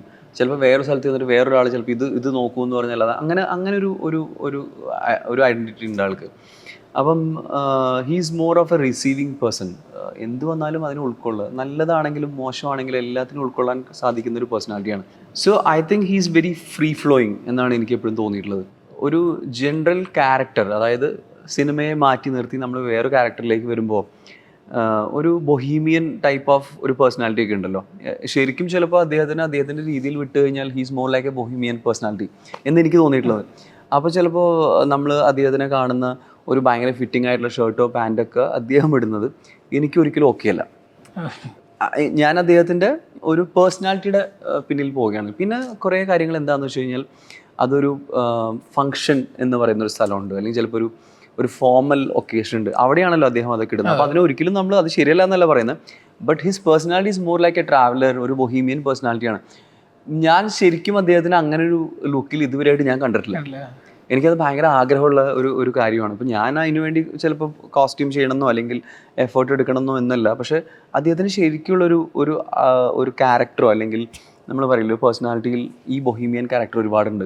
So I think that some time വല്ലപ്പോഴൊക്കെ ചിലപ്പോൾ maybe after few years ചിലപ്പോൾ അതിലേക്കൊക്കെ ചിലപ്പോൾ പറ്റുന്നൊരു സിനിമയൊക്കെ അദ്ദേഹത്തിൻ്റെ കരിയറിലേക്ക് വരികയാണെങ്കിൽ അത് ഭയങ്കര ഇൻട്രസ്റ്റിംഗ് ആയിട്ടുള്ള കാര്യമായിരിക്കും. ബിക്കോസ് അവിടെയാണ് ഏറ്റവും കൂടുതൽ അദ്ദേഹത്തിന് ക്യാരി ചെയ്യാൻ പറ്റുന്ന ഒരു കോസ്റ്റ്യൂം സംഭവിക്കുന്നത്, നാച്ചുറലായിട്ട്. ബിക്കോസ് ഒന്നിനെയും ഒരു ഫിറ്റിങ്ങോ കാര്യങ്ങളോ ഒന്നും ഇല്ലാതെ ഭയങ്കര ഈസി ആയിട്ട് വെയർ ചെയ്യുന്ന ഒരു സാധനമാണ് ബൊഹീമിയൻ. അവർ ചിലപ്പോൾ കയ്യിൽ കിട്ടുന്ന സാധനങ്ങൾ അതിനെ എങ്ങനെയാണോ ചിലപ്പോൾ ചില സമയത്ത് ചിലപ്പോൾ ഷർട്ട് ഇടില്ല എന്ന് പറയുന്ന സാധനം പോലും ഉണ്ട് അതിൻ്റെ ഉള്ളിൽ. അപ്പം അങ്ങനത്തെ ഒരുപാട് ഫാക്ടേഴ്സ് ഈവൻ ഉപയോഗിക്കുന്ന ചെരുപ്പൊക്കെ ആണെങ്കിൽ നമുക്കറിയാം അത് ഭയങ്കര ഹാൻഡ് മെയ്ഡായിട്ടൊക്കെ ഉപയോഗിക്കുന്ന അല്ലെങ്കിൽ ഉണ്ടാകുന്ന സാധനങ്ങളൊക്കെയാണ് അവർ ഉപയോഗിക്കുന്നത്. So I think he's into that personality. അത് ഇതിലോട്ട് പുറത്തു വന്നിട്ടില്ല എന്ന് എനിക്ക് തോന്നുന്നത്. മലയാളം ക്യാരക്ടേഴ്സിനെ അല്ലെങ്കിൽ ഒരു മലയാളി ക്യാരക്ടേഴ്സിനെ മറ്റ് സിനിമകളിൽ അവതരിപ്പിക്കുമ്പോൾ ഇവിടെ കോസ്റ്റ്യൂം നമ്മൾ പലപ്പോഴും ഫീൽ ചെയ്യുന്നുണ്ട് കുറച്ചൊന്ന് വിയേഡായിട്ട് നമുക്ക് തോന്നാറുണ്ട്. ഇപ്പോൾ ഈ അടുത്ത് വന്ന ബേബി ജോൺ എന്ന് പറയുന്ന സിനിമയിലടക്കം വരുന്നവൻ്റെ ക്യാരക്ടർ അല്ലെങ്കിൽ മറ്റ് മലയാളി ക്യാരക്ടേഴ്സിനെ കാണിക്കുമ്പോൾ ഇപ്പോൾ മുല്ലപ്പൂ വയ്ക്കുന്നു അല്ലെങ്കിൽ ഒരു ധാവണി കൊടുക്കുന്നു, ഇവനൊരു മുണ്ടായാൽ പോലും അതിനെ ഒരു റൈറ്റ് ആയിട്ടുള്ള രീതിയിലല്ലായിരിക്കും ചിലപ്പോൾ അതിനെ ക്യാരി ചെയ്യുന്നത്. ഇതിപ്പം കാണുന്ന പ്രേക്ഷകന് തോന്നും ഇത് എന്തുകൊണ്ടാണ് ഇങ്ങനെ കുറച്ചൊന്ന് വിയേഡായിട്ടിരിക്കുന്നതെന്ന്. അപ്പം ഒരു കോസ്റ്റ്യൂം ഡിസൈനർ പെർസ്പെക്റ്റീവിൽ നോക്കുമ്പോൾ എന്താണ് ഈ ഇത്തരത്തിലുള്ളൊരു കുഴപ്പങ്ങൾക്കുള്ളൊരു കാരണം? This is same.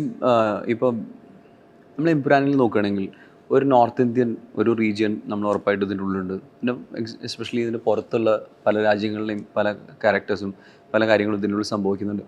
സോ നമ്മൾ ഈ സിനിമയിൽ നമ്മുടെ എഫേർട്ട് എന്താണെന്ന് വെച്ച് കഴിഞ്ഞാൽ പലപ്പോഴും കണ്ടിട്ടുണ്ടാവും ഒരു ഫോറിനർ ക്യാരക്ടർ എപ്പോഴും നമ്മുടെ മലയാള സിനിമയിൽ, ഇനി ബാക്കിയുള്ളത് ഹിന്ദി സിനിമയൊക്കെ മാറ്റി വയ്ക്കും. ഈ മലയാള സിനിമയിലേക്ക് വരുമ്പോൾ തന്നെ ഒരു ഫോറിനർ ക്യാരക്ടറോ അല്ലെങ്കിൽ ഒരു ഈവൻ ഒരു നോർത്ത് ഇന്ത്യൻ ക്യാരക്ടർ എന്ന് പറയുന്നത് നമ്മളെ സംബന്ധിച്ചിടത്തോളം എന്നും ലൗഡാണ്, എന്നും ഓവർ ആക്ടിങ് ആണ്. അതെല്ലാ സിനിമയിലും അങ്ങനെയാണ് അല്ലേ? നമ്മളെപ്പോഴും ഒരു ഫോറിനർ വരുമ്പോൾ എന്തൊക്കെയോ അവർക്ക് പോലും ഇല്ലാത്തൊരു സ്ലാങ്ങിൽ അവർ സംസാരിക്കുന്നു, അവർക്ക് പോലും ഇല്ലാത്ത എന്തൊക്കെയോ മാനറിസംസ് അവർ പുറത്ത് കൊണ്ടുവരുന്നു. അവരൊരു ഓവർ ദ ബോർഡാണ് എപ്പോഴും. അപ്പം ഈ സിനിമയിൽ നമ്മൾ ശ്രദ്ധിച്ചിട്ടുള്ള വൺ ഓഫ് ദ കാര്യം ഞാൻ പറയുന്നപ്പോൾ ചിലപ്പോൾ കോസ്റ്റ്യൂം പോയിന്റ് ഓഫ് വ്യൂവിൽ ഉറപ്പായിട്ട് ഞാൻ ശ്രദ്ധിച്ചിട്ടുണ്ട്. ഡയറക്ടറിൻ്റെ പോയിന്റ് ഓഫ് വ്യൂവിൽ അവരെ ക്യാരക്ടേഴ്സിനെ എങ്ങനെ പ്ലേസ് ചെയ്യുന്നു എന്നുള്ള കാര്യത്തിൽ ഏറ്റവും കൂടുതൽ ശ്രദ്ധിച്ചിട്ടുള്ളത് എനിക്ക് തോന്നുന്നത് ആ കാര്യങ്ങളിലാണ്. ബിക്കോസ് ദേ ബി നാച്ചുറൽ എന്ന് പറയുന്നൊരു സാധനം ഉണ്ടല്ലോ, അത് എനിക്ക് തോന്നുന്നത് ഇതിൻ്റെ ഒരു ഭയങ്കര ഹൈലൈറ്റ് ആയിരിക്കാൻ സാധ്യതയുണ്ട്. അപ്പം ഇപ്പോൾ ഈ ബേബി ജോണിൻ്റെ കാര്യമൊക്കെ പറഞ്ഞപ്പോൾ എന്താണെന്ന് വെച്ച് കഴിഞ്ഞാൽ അവർ ചിലപ്പോൾ സിനിമ ചെയ്യുന്നത് ആ റീജിയനിലത്തെ ആൾക്കാർക്ക് വേണ്ടി മാത്രമാണ്. അവിടുത്തെ ഓഡിയൻസിന് മാത്രം അവർ മുന്നിൽ കാണുന്നുള്ളൂ എന്നുള്ള എൻ്റെ ലേണിങ് അതിലുള്ള. അവർ ചിലപ്പോൾ ശരിക്കും ഒരു മലയാളി എങ്ങനെയാണെന്നുള്ളത് മലയാളിയോട് ചോദിച്ചിട്ട് ചിലപ്പോൾ ചെയ്യാൻ ചിലപ്പോൾ കുറച്ചുകൂടെ നമ്മുടെ ഒരു ടെറൈൻ അറിയാതെ ചെയ്യുന്നത് കൊണ്ടും സംഭവിക്കുന്നത്. അതെ. എഗെയിൻ ചിലപ്പോൾ ചില സോങ്സ് ഇപ്പം നാളെ എനിക്ക് തോന്നുന്നു രജനീകാന്തിൻ്റെ ഒരു സിനിമയിൽ ഒരു മലയാളം പാട്ടില്ലേ, വേട്ടയിലത്തെ അതിൻ്റെ ഈവൻ വേർഡ്സ് അവർ പ്രൊനൗൺസ് ചെയ്തത് ഒക്കെ റോങ് ആണ്. ദാറ്റ് മീൻസ് ദാറ്റ് അവർ ഇതിലേക്ക് കൃത്യമായിട്ടുള്ളൊരു ശ്രദ്ധ കൊടുത്തിട്ടില്ല. അതായിരിക്കും എൻ്റെ റീസൺ.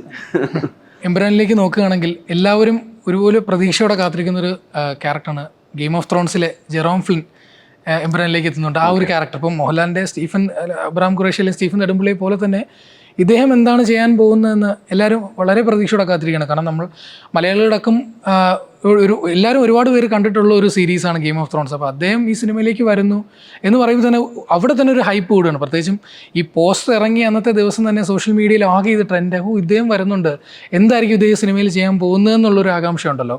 അദ്ദേഹത്തിനൊപ്പം വർക്ക് ചെയ്യുന്നത് എങ്ങനെയാണ്? കാരണം അദ്ദേഹം മറ്റൊരു രാജ്യത്തിൽ നിന്ന് വരും, വേറൊരു ഇൻഡസ്ട്രിയിൽ നിന്ന് വരുന്നു. അവരുടെ രീതികളായിരിക്കത്തില്ല നമ്മുടെ രീതികളോട് ചേർന്ന് നിൽക്കുന്ന രീതികളായിരിക്കില്ല അവർക്ക് ഫിറ്റാകുന്ന തരം ഡ്രസ്സുകൾ വേണം, അവരുടെ ഒരു കംഫർട്ട് റെഡിയാക്കണം. എങ്ങനെയാണ് അദ്ദേഹമായിട്ടുള്ളൊരു കോൺവെർസേഷനൊക്കെ? അവരുടെ സിസ്റ്റം എന്ന് പറയുന്നതിൽ അവരുടെ റൂമിലേക്ക് നമ്മൾ കടന്നു ചെല്ലുന്നതോ അല്ലെങ്കിൽ അവിടെ നമ്മൾ കോസ്റ്റ്യൂം ട്രയൽ ചെയ്യുന്നതോ ആയ കാര്യം പോലും ഇല്ല. അവരതിന് വേണ്ടിയിട്ട് ഒരു സെപ്പറേറ്റ് ഡേ വയ്ക്കും, അതിന് സെപ്പറേറ്റ് സമയമുണ്ട്. ആ സമയത്ത് അവരും അവരുടെ ഒരു മാനേജർ ആയിട്ടുള്ള ഒരാളുണ്ടാവും, നമ്മൾ കോസ്റ്റ്യൂം ഡിസൈനർ പ്ലസ് അവരുടെ അസിസ്റ്റൻസ് ആയിട്ടുള്ള 1-2 ആൾക്കാരുണ്ടാവും. അവിടെ ഒരു ബേസിക് സ്റ്റിച്ചിങ് ഒരു ഫെസിലിറ്റി വേണം. കാരണം അവർ പറയുന്ന ചേഞ്ചസോ കാര്യങ്ങളോ അല്ലെങ്കിൽ അവർക്ക് എന്താണ് അവരുടെ കംഫർട്ട് എന്നുള്ളത് നമ്മൾ നിശ്ചയിക്കാനായിട്ട്. എഗെയിൻ നമ്മൾ കോസ്റ്റ്യൂംസ് കൊണ്ടുപോയിട്ട് നമ്മളൊരു ബെഡിലോ അല്ലെങ്കിൽ ചെയറിലോ ഇടില്ല. നമുക്കവിടെ സ്റ്റാൻഡ് വേണം, ആ സ്റ്റാൻഡിൽ ഹാങ്ങറിൽ വേണം അത് ഇടാനായിട്ട്. അവർ ആദ്യം എല്ലാം കാണിച്ചു കൊടുക്കണം. ഇതൊക്കെയാണ് സിസ്റ്റം. പക്ഷേ എഗെയിൻ അതിൻ്റെ ഒരു ഡിഫറൻസ് എന്താണെന്ന് വെച്ച് കഴിഞ്ഞാൽ നമ്മൾ കുറച്ചും കൂടെ എങ്ങനെയാണ് വർക്ക് ചെയ്യുന്നത് ഓൾറെഡി അറിയുന്ന ആൾക്കാരാണ് അവരിൽ പലരും. നമ്മൾ കുറച്ച് ഡിസോർഗനൈസ്ഡ് ആണ് പ്രോബ്ലി അവരൊരു രീതി വെച്ച് നോക്കുമ്പോൾ. ഒന്ന് ചിലപ്പോൾ നമ്മുടെ സിസ്റ്റം എന്ന് പറയുന്നത് നമ്മളെപ്പോഴും 10 പേര് വർക്ക് ചെയ്യേണ്ട സ്ഥലത്ത് ചിലപ്പോൾ 7 പേരോ അല്ലെങ്കിൽ 6 പേര് മാത്രം വർക്ക് ചെയ്യുന്ന ഇൻഡസ്ട്രിയാണ് നമ്മുടെ. അത് നമ്മുടെ സാഹചര്യങ്ങൾ അങ്ങനെയാണ്. അപ്പം ചിലപ്പോൾ നമുക്ക് അങ്ങനെയുള്ള ചിലപ്പോൾ സ്ഥലം അറേഞ്ച് ചെയ്യാനോ അല്ലെങ്കിൽ അങ്ങനെ ഒരു സമയം നമുക്ക് കണ്ടെത്താനോ അല്ലെങ്കിൽ ഈവൻ അതിൽ ഒരു ഡേ എന്ന് പറയുന്നത് നമ്മൾ ഇതിനു വേണ്ടിയാണ് അവർ മാറ്റി വയ്ക്കുന്നത്. ഇന്നെൻ്റെ ഫിറ്റിംഗ്, അപ്പോൾ half day is meant to be for this. നമ്മുടെ നാട്ടിലെന്ന് പറയുന്ന ഒരാളുടെ ഫിറ്റിംഗ് എന്ന് പറയുന്നതിന് ചിലപ്പോൾ നമ്മൾ എന്തെങ്കിലും വേറൊരു കാര്യത്തിന് കൂടെ നടക്കുന്ന ഒരു 10 minutes ജോബ് മാത്രമാണ്. അവർ ഒരു കോസ്റ്റ്യൂം ഫിറ്റിംഗ് നോക്കുന്നതിൻ്റെ കൂടെ തന്നെ അതിൻ്റെ എല്ലാ ഡീറ്റെയിലേക്കും കടക്കുകയും അത് നമ്മളോട് ചോദിച്ച് മനസ്സിലാക്കുകയും എന്തുകൊണ്ടാണ് ഈ കോസ്റ്റ്യൂം നമ്മൾ ഉപയോഗിക്കുന്നത്, ഈ കളർ എന്തുകൊണ്ടാണ് ഉപയോഗിക്കുന്നത്. ഈവൻ ഒരു ടൈ കിട്ടുന്നുണ്ടെങ്കിൽ ആ ടൈയിലേക്കൊക്കെ ചിലപ്പോൾ അവർ സജഷൻസും കാര്യങ്ങളൊക്കെ ഉണ്ട്. ബട്ട് അവർ അതിലൊരിക്കലും ഒരുപാട് കൺസ്ട്രെയിൻ ചെയ്തിട്ട് എനിക്ക് ഇത് തന്നെ വേണമെന്ന് പറയുന്നതല്ല. അങ്ങനത്തെ ആൾക്കാരുണ്ട്. പക്ഷേ this guy is more like ഏറ്റവും ഫ്രണ്ട്ലി ആയിട്ടുള്ള ഒരാളാണ്. ഒരു 7 പ്രാവശ്യം ഇതിനു മുൻപ് ഇന്ത്യയിൽ വന്നിട്ടുണ്ട്. ഇവിടെ ബോധ് ഗയയിൽ അദ്ദേഹം വരികയും ഇവിടുത്തെ ഒരു സിസ്റ്റം യോഗയൊക്കെ ആയിട്ട് ഒരുപാട് ബന്ധപ്പെട്ട് ആൾ ഒരു ലൈഫ് കണ്ടെത്താൻ വേണ്ടി ഇവിടെ വന്നിട്ടുള്ള ഒരാളാണ്. ലൈഫിൻ്റെ മീനിങ്, ഇന്നർ മീനിങ് അറിയാനായിട്ട്. സോ അദ്ദേഹത്തിന് നമുക്കിങ്ങനെ കോസ്റ്റ്യൂം ചെയ്യാൻ പറ്റുക എന്ന് പറയുന്നത് നമ്മുടെ ഭയങ്കര എക്സൈറ്റ്മെൻ്റ് ആണ്. നമ്മൾ 8-9 ആൾക്കാരാണ് അദ്ദേഹത്തിൻ്റെ റൂമിലേക്ക് ചെല്ലുന്നത്. അപ്പോൾ പക്ഷേ അദ്ദേഹം അതിനോട് ഒരുപാട് സഹകരിക്കും. പിന്നെ ഓഫ് കോഴ്സ് അങ്ങനെ ഒരു ആക്ടറെ നമുക്ക് കിട്ടുമ്പോൾ നമ്മൾ കൊണ്ട് ചെല്ലുന്ന നമ്മുടെ ക്യാരക്ടറിന് ആവശ്യമുള്ള സാധനങ്ങളൊക്കെ നമ്മൾ അദ്ദേഹം കാണിച്ചു കൊടുക്കുകയും അദ്ദേഹത്തിൻ്റെ ഇൻപുട്സൊക്കെ നമ്മൾ എടുത്തിട്ട് തന്നെയാണ് ചെയ്തിട്ടുള്ളത്. സോ ഇറ്റ്സ് വെരി ഫ്രണ്ട്ലി ഗായ്. നമുക്ക് ഒരിക്കലും പ്രതീക്ഷിക്കാത്ത, നമ്മൾ ഒരിക്കലും വിചാരിക്കാത്ത രീതിയിലുള്ള ഒരു ക്യാരക്ടറാണ് അദ്ദേഹം. So I think also he has gelled very well in the film. ഇപ്പോൾ നമ്മൾ ഈ കോസ്റ്റ്യൂംസിൻ്റെ കൂടെ തന്നെ പറയുന്ന ഈ ആക്സസറീസ് വളരെ ഇമ്പോർട്ടൻ്റ് ആണല്ലോ. ഇപ്പം ലൂസിഫർ അവസാനിക്കുന്നിടത്ത് ലാലേട്ടൻ്റെ ക്യാരക്ടർ ഹെലികോപ്റ്ററിൽ നിന്ന് വന്നു, ഒരു ഗ്ലാസ് എടുത്ത് വെക്കുന്ന ഒരു ഷോട്ടുണ്ട്. ഈ ഗ്ലാസ് അതിനവിടെ ഒരു ഇമ്പോർട്ടൻസ് ഉണ്ട്, ആ ഒരു ഷോട്ടിന് അവിടെ ഒരു ഇമ്പോർട്ടൻസ് ഉണ്ട്. അപ്പോൾ ഈ ആക്സസറീസ് കൊടുക്കുന്നത് എങ്ങനെയാണ് അതിൻ്റെ? ഇപ്പം എംബ്രാനിലെ ഒരു നോക്കുകയാണെങ്കിൽ എങ്ങനെയാണ് അതിൻ്റെ ആക്സസറീസ്? ഇപ്പോൾ പലപ്പോഴും നമ്മളെ ഒരു ക്യാരക്ടറിൻ്റെ ഗ്രേഡിങ് നമ്മൾ നിശ്ചയിക്കും. ഈ ക്യാരക്ടർ എവിടെയാണ് ഈ സിനിമയിൽ നിൽക്കുന്നത്, പ്ലേസ് ചെയ്യുന്നത്. ചിലപ്പോൾ അത് ഒരുപാട് കാരണങ്ങളായിരിക്കും. അദ്ദേഹത്തിൻ്റെ മാനസികാവസ്ഥ എന്താണ്, അദ്ദേഹം ഏത് ബാക്ക്ഗ്രൗണ്ടിൽ നിന്ന് വരുന്നതെന്താണ്, അല്ലെങ്കിൽ അദ്ദേഹം ചെയ്യുന്ന ജോലി എന്താണ്, അല്ലെങ്കിൽ അദ്ദേഹം ഈ സ്ക്രീനിലേക്ക് കൊണ്ടുവരുന്ന ഒരു പവർ ഉണ്ടല്ലോ അതെന്താണ്. അങ്ങനെ ഒരുപാട് ഫാക്ടേഴ്സ് ഉണ്ട് നമ്മളൊരു ക്യാരക്ടറിനെ നമ്മൾ നിശ്ചയിക്കുന്ന സ്ഥലത്ത്. സോ ഈവൻ അവരുടെ ആക്സസറീസ് അല്ലെങ്കിൽ ചില ബ്രാൻഡുകളെ നമ്മൾ ചിലപ്പം അതിന് റെഫറൻസ് ആയിട്ട് എടുക്കും. ചിലപ്പോൾ ആ ബ്രാൻഡ് എന്ന് പറയുന്നത് ചിലപ്പോൾ നമ്മളവിടെ കാണിക്കണമെന്നില്ല, ഈ ബ്രാൻഡാണ്. ചില സ്ഥലത്ത് ചിലപ്പോൾ അങ്ങനെ കാണിക്കുന്ന സ്ഥലമുണ്ട്. ഫോർ എക്സാമ്പിൾ ഇപ്പോൾ ലാൽ സാറിൻ്റെ കേസിൽ നമ്മൾ ആ വെച്ചിട്ടുള്ള കണ്ണാടി എന്ന് പറയുന്നത് ഡീറ്റ ആണ്. അപ്പോൾ നമ്മൾ ലൂസിഫർ ചെയ്യുന്ന സമയത്ത് ഒരിക്കലും നമ്മുടെ നാട്ടിലെ ഡീറ്റ was not that popular. But Prithvi was very good at all these things. Is like very damn good at brands. ഇദ്ദേഹം എങ്ങനെയാണ് ചിലപ്പോൾ ഇങ്ങനത്തെ ബ്രാൻഡ്സുകളൊക്കെ ആലോചിച്ച് വെക്കുന്നതെന്നോ അല്ലെങ്കിൽ ഇതൊക്കെ തേടി പിടിക്കുന്ന എവിടെ നിന്നാണെന്ന് നമുക്കൊരു പിടിയില്ല. ഞാൻ ഒരിക്കലും കേൾക്കാത്ത കുറേ ബ്രാൻഡുകളാണ്. ഇപ്പോൾ ഞാൻ കോസ്റ്റ്യൂം ഡിസൈനർ ആണെങ്കിൽ പോലും ഞാൻ ഒരിക്കലും കേൾക്കാത്ത ബ്രാൻഡുകളൊക്കെ ഇദ്ദേഹത്തിന് അറിയാം. May be because the travel more than me. പിന്നെ എൻ്റെ ഒരു സ്റ്റൈലെന്ന് പറഞ്ഞാൽ ഞാൻ കുറച്ചും കൂടി ഒരു സാധനം ബിൽഡ് ചെയ്യുക, ഉണ്ടാക്കുന്നതിലാണ് എൻ്റെ ക്രേസ്. എനിക്ക് ഒരുപാട് ബ്രാൻഡിൻ്റെ എന്താ പറയുന്നത് പിന്നാലെ പോകുന്ന ഒരു കാര്യങ്ങൾ എനിക്ക് കുറച്ച് കുറവാണ്. ഞാൻ പ്രോബ്ലി ഒരു ബ്രാൻഡിൻ്റെ പിന്നാലെ പോകുന്നത് അതിൻ്റെ ബാക്ക് സ്റ്റേജിൽ അവർ എന്ത് തരം വർക്കുകളാണ്, എന്ത് തരം മെറ്റീരിയലാണ് ഉപയോഗിച്ചുള്ള ഒരു ടെക്നിക്കൽ സൈഡ് എന്താണെന്ന് ഞാൻ നോക്കുന്നു പലപ്പോഴും. ഇങ്ങനെയുള്ള പല കാര്യങ്ങളും ചിലപ്പോൾ സിനിമയുടെ ഇൻപുട്സ് എന്ന് പറയുന്നത് പൃഥ്വിയുടെ ഇൻപുട്ടാണ്. ഇപ്പോൾ ഡീറ്റ എന്ന് പറയുന്ന ഒരു സൺഗ്ലാസ് ഉപയോഗിക്കാമെന്ന് പറയുന്നത് പൃഥ്വിയുടെ ഇൻപുട്ടാണ്. ബിക്കോസ് ദെൻ അവിടെ എന്താണെന്ന് വെച്ചാൽ അവിടെ ഡീറ്റയാണ് ഉപയോഗിക്കാൻ പോകുന്നത് എന്ന് നമ്മൾ അറിയുമ്പോൾ നമുക്ക് മനസ്സിലായി ഇദ്ദേഹം ഏത് ക്ലാസ്സിൽ പെടുന്ന ആളാണെന്ന്. പിന്നെ ബാക്കിയുള്ളതിനൊക്കെ നമുക്ക് അതിൻ്റെ കൂടെ നമുക്ക് യോജിപ്പിക്കാൻ ഭയങ്കര സുഖമാണ്. ചില സമയത്ത് ഒരു ഡയറക്ടർക്ക് ചിലപ്പോൾ ഇങ്ങനെ പറയാൻ സാധിക്കാത്തത് നമ്മളെ ഒരുപാട് മിസ്ഗൈഡ് ചെയ്യും. ഏതാണ് വേണ്ടത് എന്ന്. അതായത് ഞാൻ പറയുന്നത് ചിലപ്പോൾ ഒരു എലമെൻ്റ് ആയിരിക്കും ചിലപ്പോൾ പറയുന്നത്. ഇപ്പോൾ ഇവിടെ ഡീറ്റ എന്ന് പറയുന്ന ഒരു എലമെൻറ്റ് നമ്മൾ വെച്ച് കഴിഞ്ഞ് കഴിഞ്ഞാൽ അറിയാം നമുക്ക് ബാക്കിയുള്ളതിൻ്റെ ഒരു ലെവൽ എന്തായിരിക്കണം എന്നുള്ളത്. സോ പല ഡയറക്ടേഴ്സും ചിലപ്പോൾ അതിനെ നിശ്ചയിക്കാൻ ഇദ്ദേഹം അങ്ങനെ ചെയ്യുന്നു ഇങ്ങനെ ചെയ്യുന്നു എന്നൊക്കെ പറഞ്ഞു കഴിഞ്ഞാൽ പോലും ഞാൻ പറയുന്നൊരു കണ്ണാടിയുടെ ബ്രാൻഡ് പറയണം എന്നല്ല പറയുന്നത്. പക്ഷേ ഒരു where this person come from എന്ന് പറയുന്ന ഒരു സാധനം ഉണ്ടല്ലോ, അതാണല്ലോ ഇതൊക്കെ നിശ്ചയിക്കുന്നത്. അദ്ദേഹം ഈ സ്ക്രീനിലേക്ക് കൊണ്ടുവരുന്ന പ്രസൻസ് എന്താണെന്നുള്ളത്. അവിടെയാണ് നമ്മൾ ഈ ക്യാരക്ടറിനെ നമ്മൾ ബേസ് ചെയ്യുന്നത്. ഈ ക്യാരക്ടർ ഈ സിനിമയിൽ എവിടെയാണ് നിൽക്കുന്നത്, ഇദ്ദേഹത്തിന് എത്രമാത്രം നമ്മൾ ഈ സ്ക്രീൻ സ്പേസ് കൊടുക്കണം, അല്ലെങ്കിൽ ഇവിടെ ഡോമിനൻ്റ് ആണോ എന്നൊക്കെയുള്ള കുറേ കാര്യങ്ങൾ ചിന്തിച്ചുകൊണ്ടാണ് നമ്മൾ അതൊക്കെ ഉപയോഗിക്കുന്നത്. ആൻഡ് ഓൾസോ എമ്പുരാൻ എന്ന് പറയുന്ന സിനിമയുടെ ഒരു ലുക്ക് ആൻഡ് ഫീൽ എന്ന് പറയുന്നത് നമ്മൾ ഒരുപാട് ബ്രാൻഡുകൾ കൊണ്ടുവന്നിടുക എന്നുള്ളതല്ല. നമ്മൾ ഭയങ്കര സട്ടിലാണ്.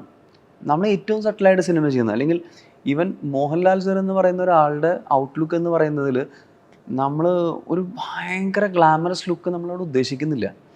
നമുക്ക് ഈ ക്യാരക്ടർ ഇമോട്ട് ചെയ്യാൻ പറ്റണം. പക്ഷേ എന്നിരുന്നാലും പോലും ഒരുപാട് ആൾക്കാരെ കണ്ണുകളിലേക്ക് ഇയാളുടെ ഈ കോസ്റ്റ്യൂം ഇങ്ങനെ നോക്കൂ, ഇത് ഇങ്ങനെയാണല്ലോ ചെയ്തിട്ടുള്ളത് എന്നുള്ള ഡീറ്റെയിൽ എല്ലാ ആൾക്കാരും അവിടെ വായിക്കേണ്ടത്. അദ്ദേഹം എന്താണ് ഇമോട്ട് ചെയ്യുന്നത്, ആ ക്യാരക്ടർ ഇമോട്ട്. അപ്പം അതിനൊരു സട്ടിൽനെസ് നമ്മൾ അവിടെ തീർച്ചയായിട്ടും കൊടുത്തിട്ടുണ്ട്. ആ ക്യാരക്ടറിനോട് ചേർന്ന് പോകണം. അതെ. അല്ലാതെ എപ്പോഴും സിനിമയിൽ ചില സിനിമകൾ ചിലപ്പോൾ അങ്ങനെയും ചെയ്യും നമ്മൾ, അല്ലെങ്കിൽ ചില സീനുകൾ ചിലപ്പോൾ നമുക്ക് അങ്ങനെ ആവശ്യം വരും. അവിടെ ഒരു ഇമ്പാക്റ്റ് ഈ ക്യാരക്ടർ ഉണ്ടാക്കണം എന്ന് പറയുന്നിടത്ത്. അല്ലാത്തടത്ത് ഈ സാധനം ആവശ്യമില്ല.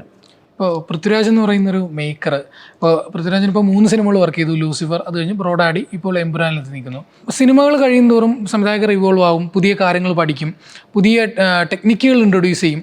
ഇപ്പോൾ എമ്പുരാനിലേക്ക് വരുമ്പോൾ അദ്ദേഹത്തിൻ്റെ ഒരു ഡയറക്ടർ എന്ന് പറയുന്ന ഒരു ആസ്പെക്റ്റിൽ എങ്ങനെയാണ് നോക്കിക്കാണുന്നത്? എന്തൊക്കെ മാറ്റങ്ങളാണ് വന്നത് ആസ് എ ഡയറക്ടർ ഇപ്പോൾ ലൂസിഫറിൽ നിന്ന് എമ്പുരാനിലേക്ക് വരുമ്പോൾ? എനിക്ക് ഇപ്പം ലൂസിഫറിൻ്റെ ആദ്യമായിട്ട് ഞാൻ പൃഥ്വിരാജിനെ കാണുന്ന സമയത്ത് പൃഥ്വിരാജ് എന്നോട് പറഞ്ഞത് എന്താണെന്ന് വെച്ച് കഴിഞ്ഞാൽ, എനിക്കിപ്പോഴും ഓർമ്മയുണ്ട്, ഇത് മലയാളത്തിലത്തെ ഒരു ബാഹുബലിയാന്ന് പറയുന്നത്. പക്ഷെ ബീങ് വെരി ഫ്രാങ്ക്, ഞാൻ അതിനെ അങ്ങനെ കണ്ടിട്ടേ ഇല്ല. പക്ഷേ ഇങ്ങനെ ഒരു സിനിമയെ എങ്ങനെ മലയാളത്തിൽ ബാഹുബലി എന്ന് പറയുന്നതെന്നാണ് ഞാൻ ചിന്തിക്കുന്നത്. ഓട്ടോമാറ്റിക്കലി നമ്മൾ അങ്ങനെ ചിന്തിക്കുന്നു, അത്രയ്ക്കൊക്കെ ഉണ്ടോ എന്ന് നമ്മൾ ചിന്തിക്കും. ഇത് എനിക്ക് പറ്റിയൊരു തെറ്റാണ് ഞാൻ തുറന്നു പറയുന്നത്. പക്ഷേ അദ്ദേഹം എന്താണ് ശരിക്കും അവിടെ ഉദ്ദേശിച്ചതെന്നുള്ളത് ശരിക്കും എമ്പുരാൻ സിനിമ നമ്മൾ പോയി ഷൂട്ട് ചെയ്യേണ്ടി വന്നു.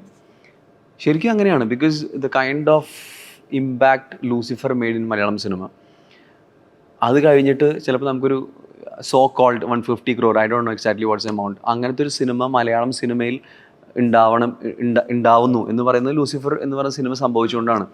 സോ അദ്ദേഹം അന്ന് പറഞ്ഞ കാര്യം ഭയങ്കര റെലവൻ്റ് ആണ്. നമ്മുടെ മലയാള സിനിമയെ സംബന്ധിച്ചിടത്തോളം ഇതൊരു ബാഹുബലിയാണ്. അത് ചിലപ്പോൾ അതിൻ്റെ പീരീഡോ അല്ലെങ്കിൽ ബാക്കിയുള്ള വലിപ്പങ്ങളും ബാക്കികളും മാറ്റി വയ്ക്കും. പക്ഷെ മലയാള സിനിമയെ സംബന്ധിച്ചിടത്തോളം അത് തന്നെയാണ്. ഇതെനിക്ക് മനസ്സിലാവാൻ ശരിക്കും പറഞ്ഞു കഴിഞ്ഞാൽ ഈ എമ്പുരാൻ ചെയ്യേണ്ടി വന്നു. That was his vision. ഞാൻ ആദ്യം വിചാരിച്ചത് ഇതങ്ങനെയൊന്നുമല്ല, ഇത് ചുമ്മാ നമ്മുടെ അടുത്ത് പറയുന്നതെന്ന് ഞാൻ വിചാരിച്ചു. So I felt more respect.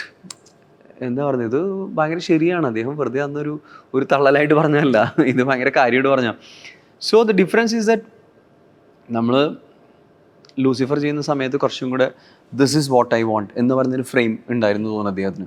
So നമ്മൾ അതിൽ നിന്നാണ് തുടങ്ങിയത്. പിന്നെ നമ്മൾ കുറച്ച് വർക്ക് ചെയ്യുന്ന സമയത്ത് ചിലപ്പോൾ അദ്ദേഹത്തിന് തോന്നിയിട്ടുണ്ടാവും, okay this guy want to contribute something to this film.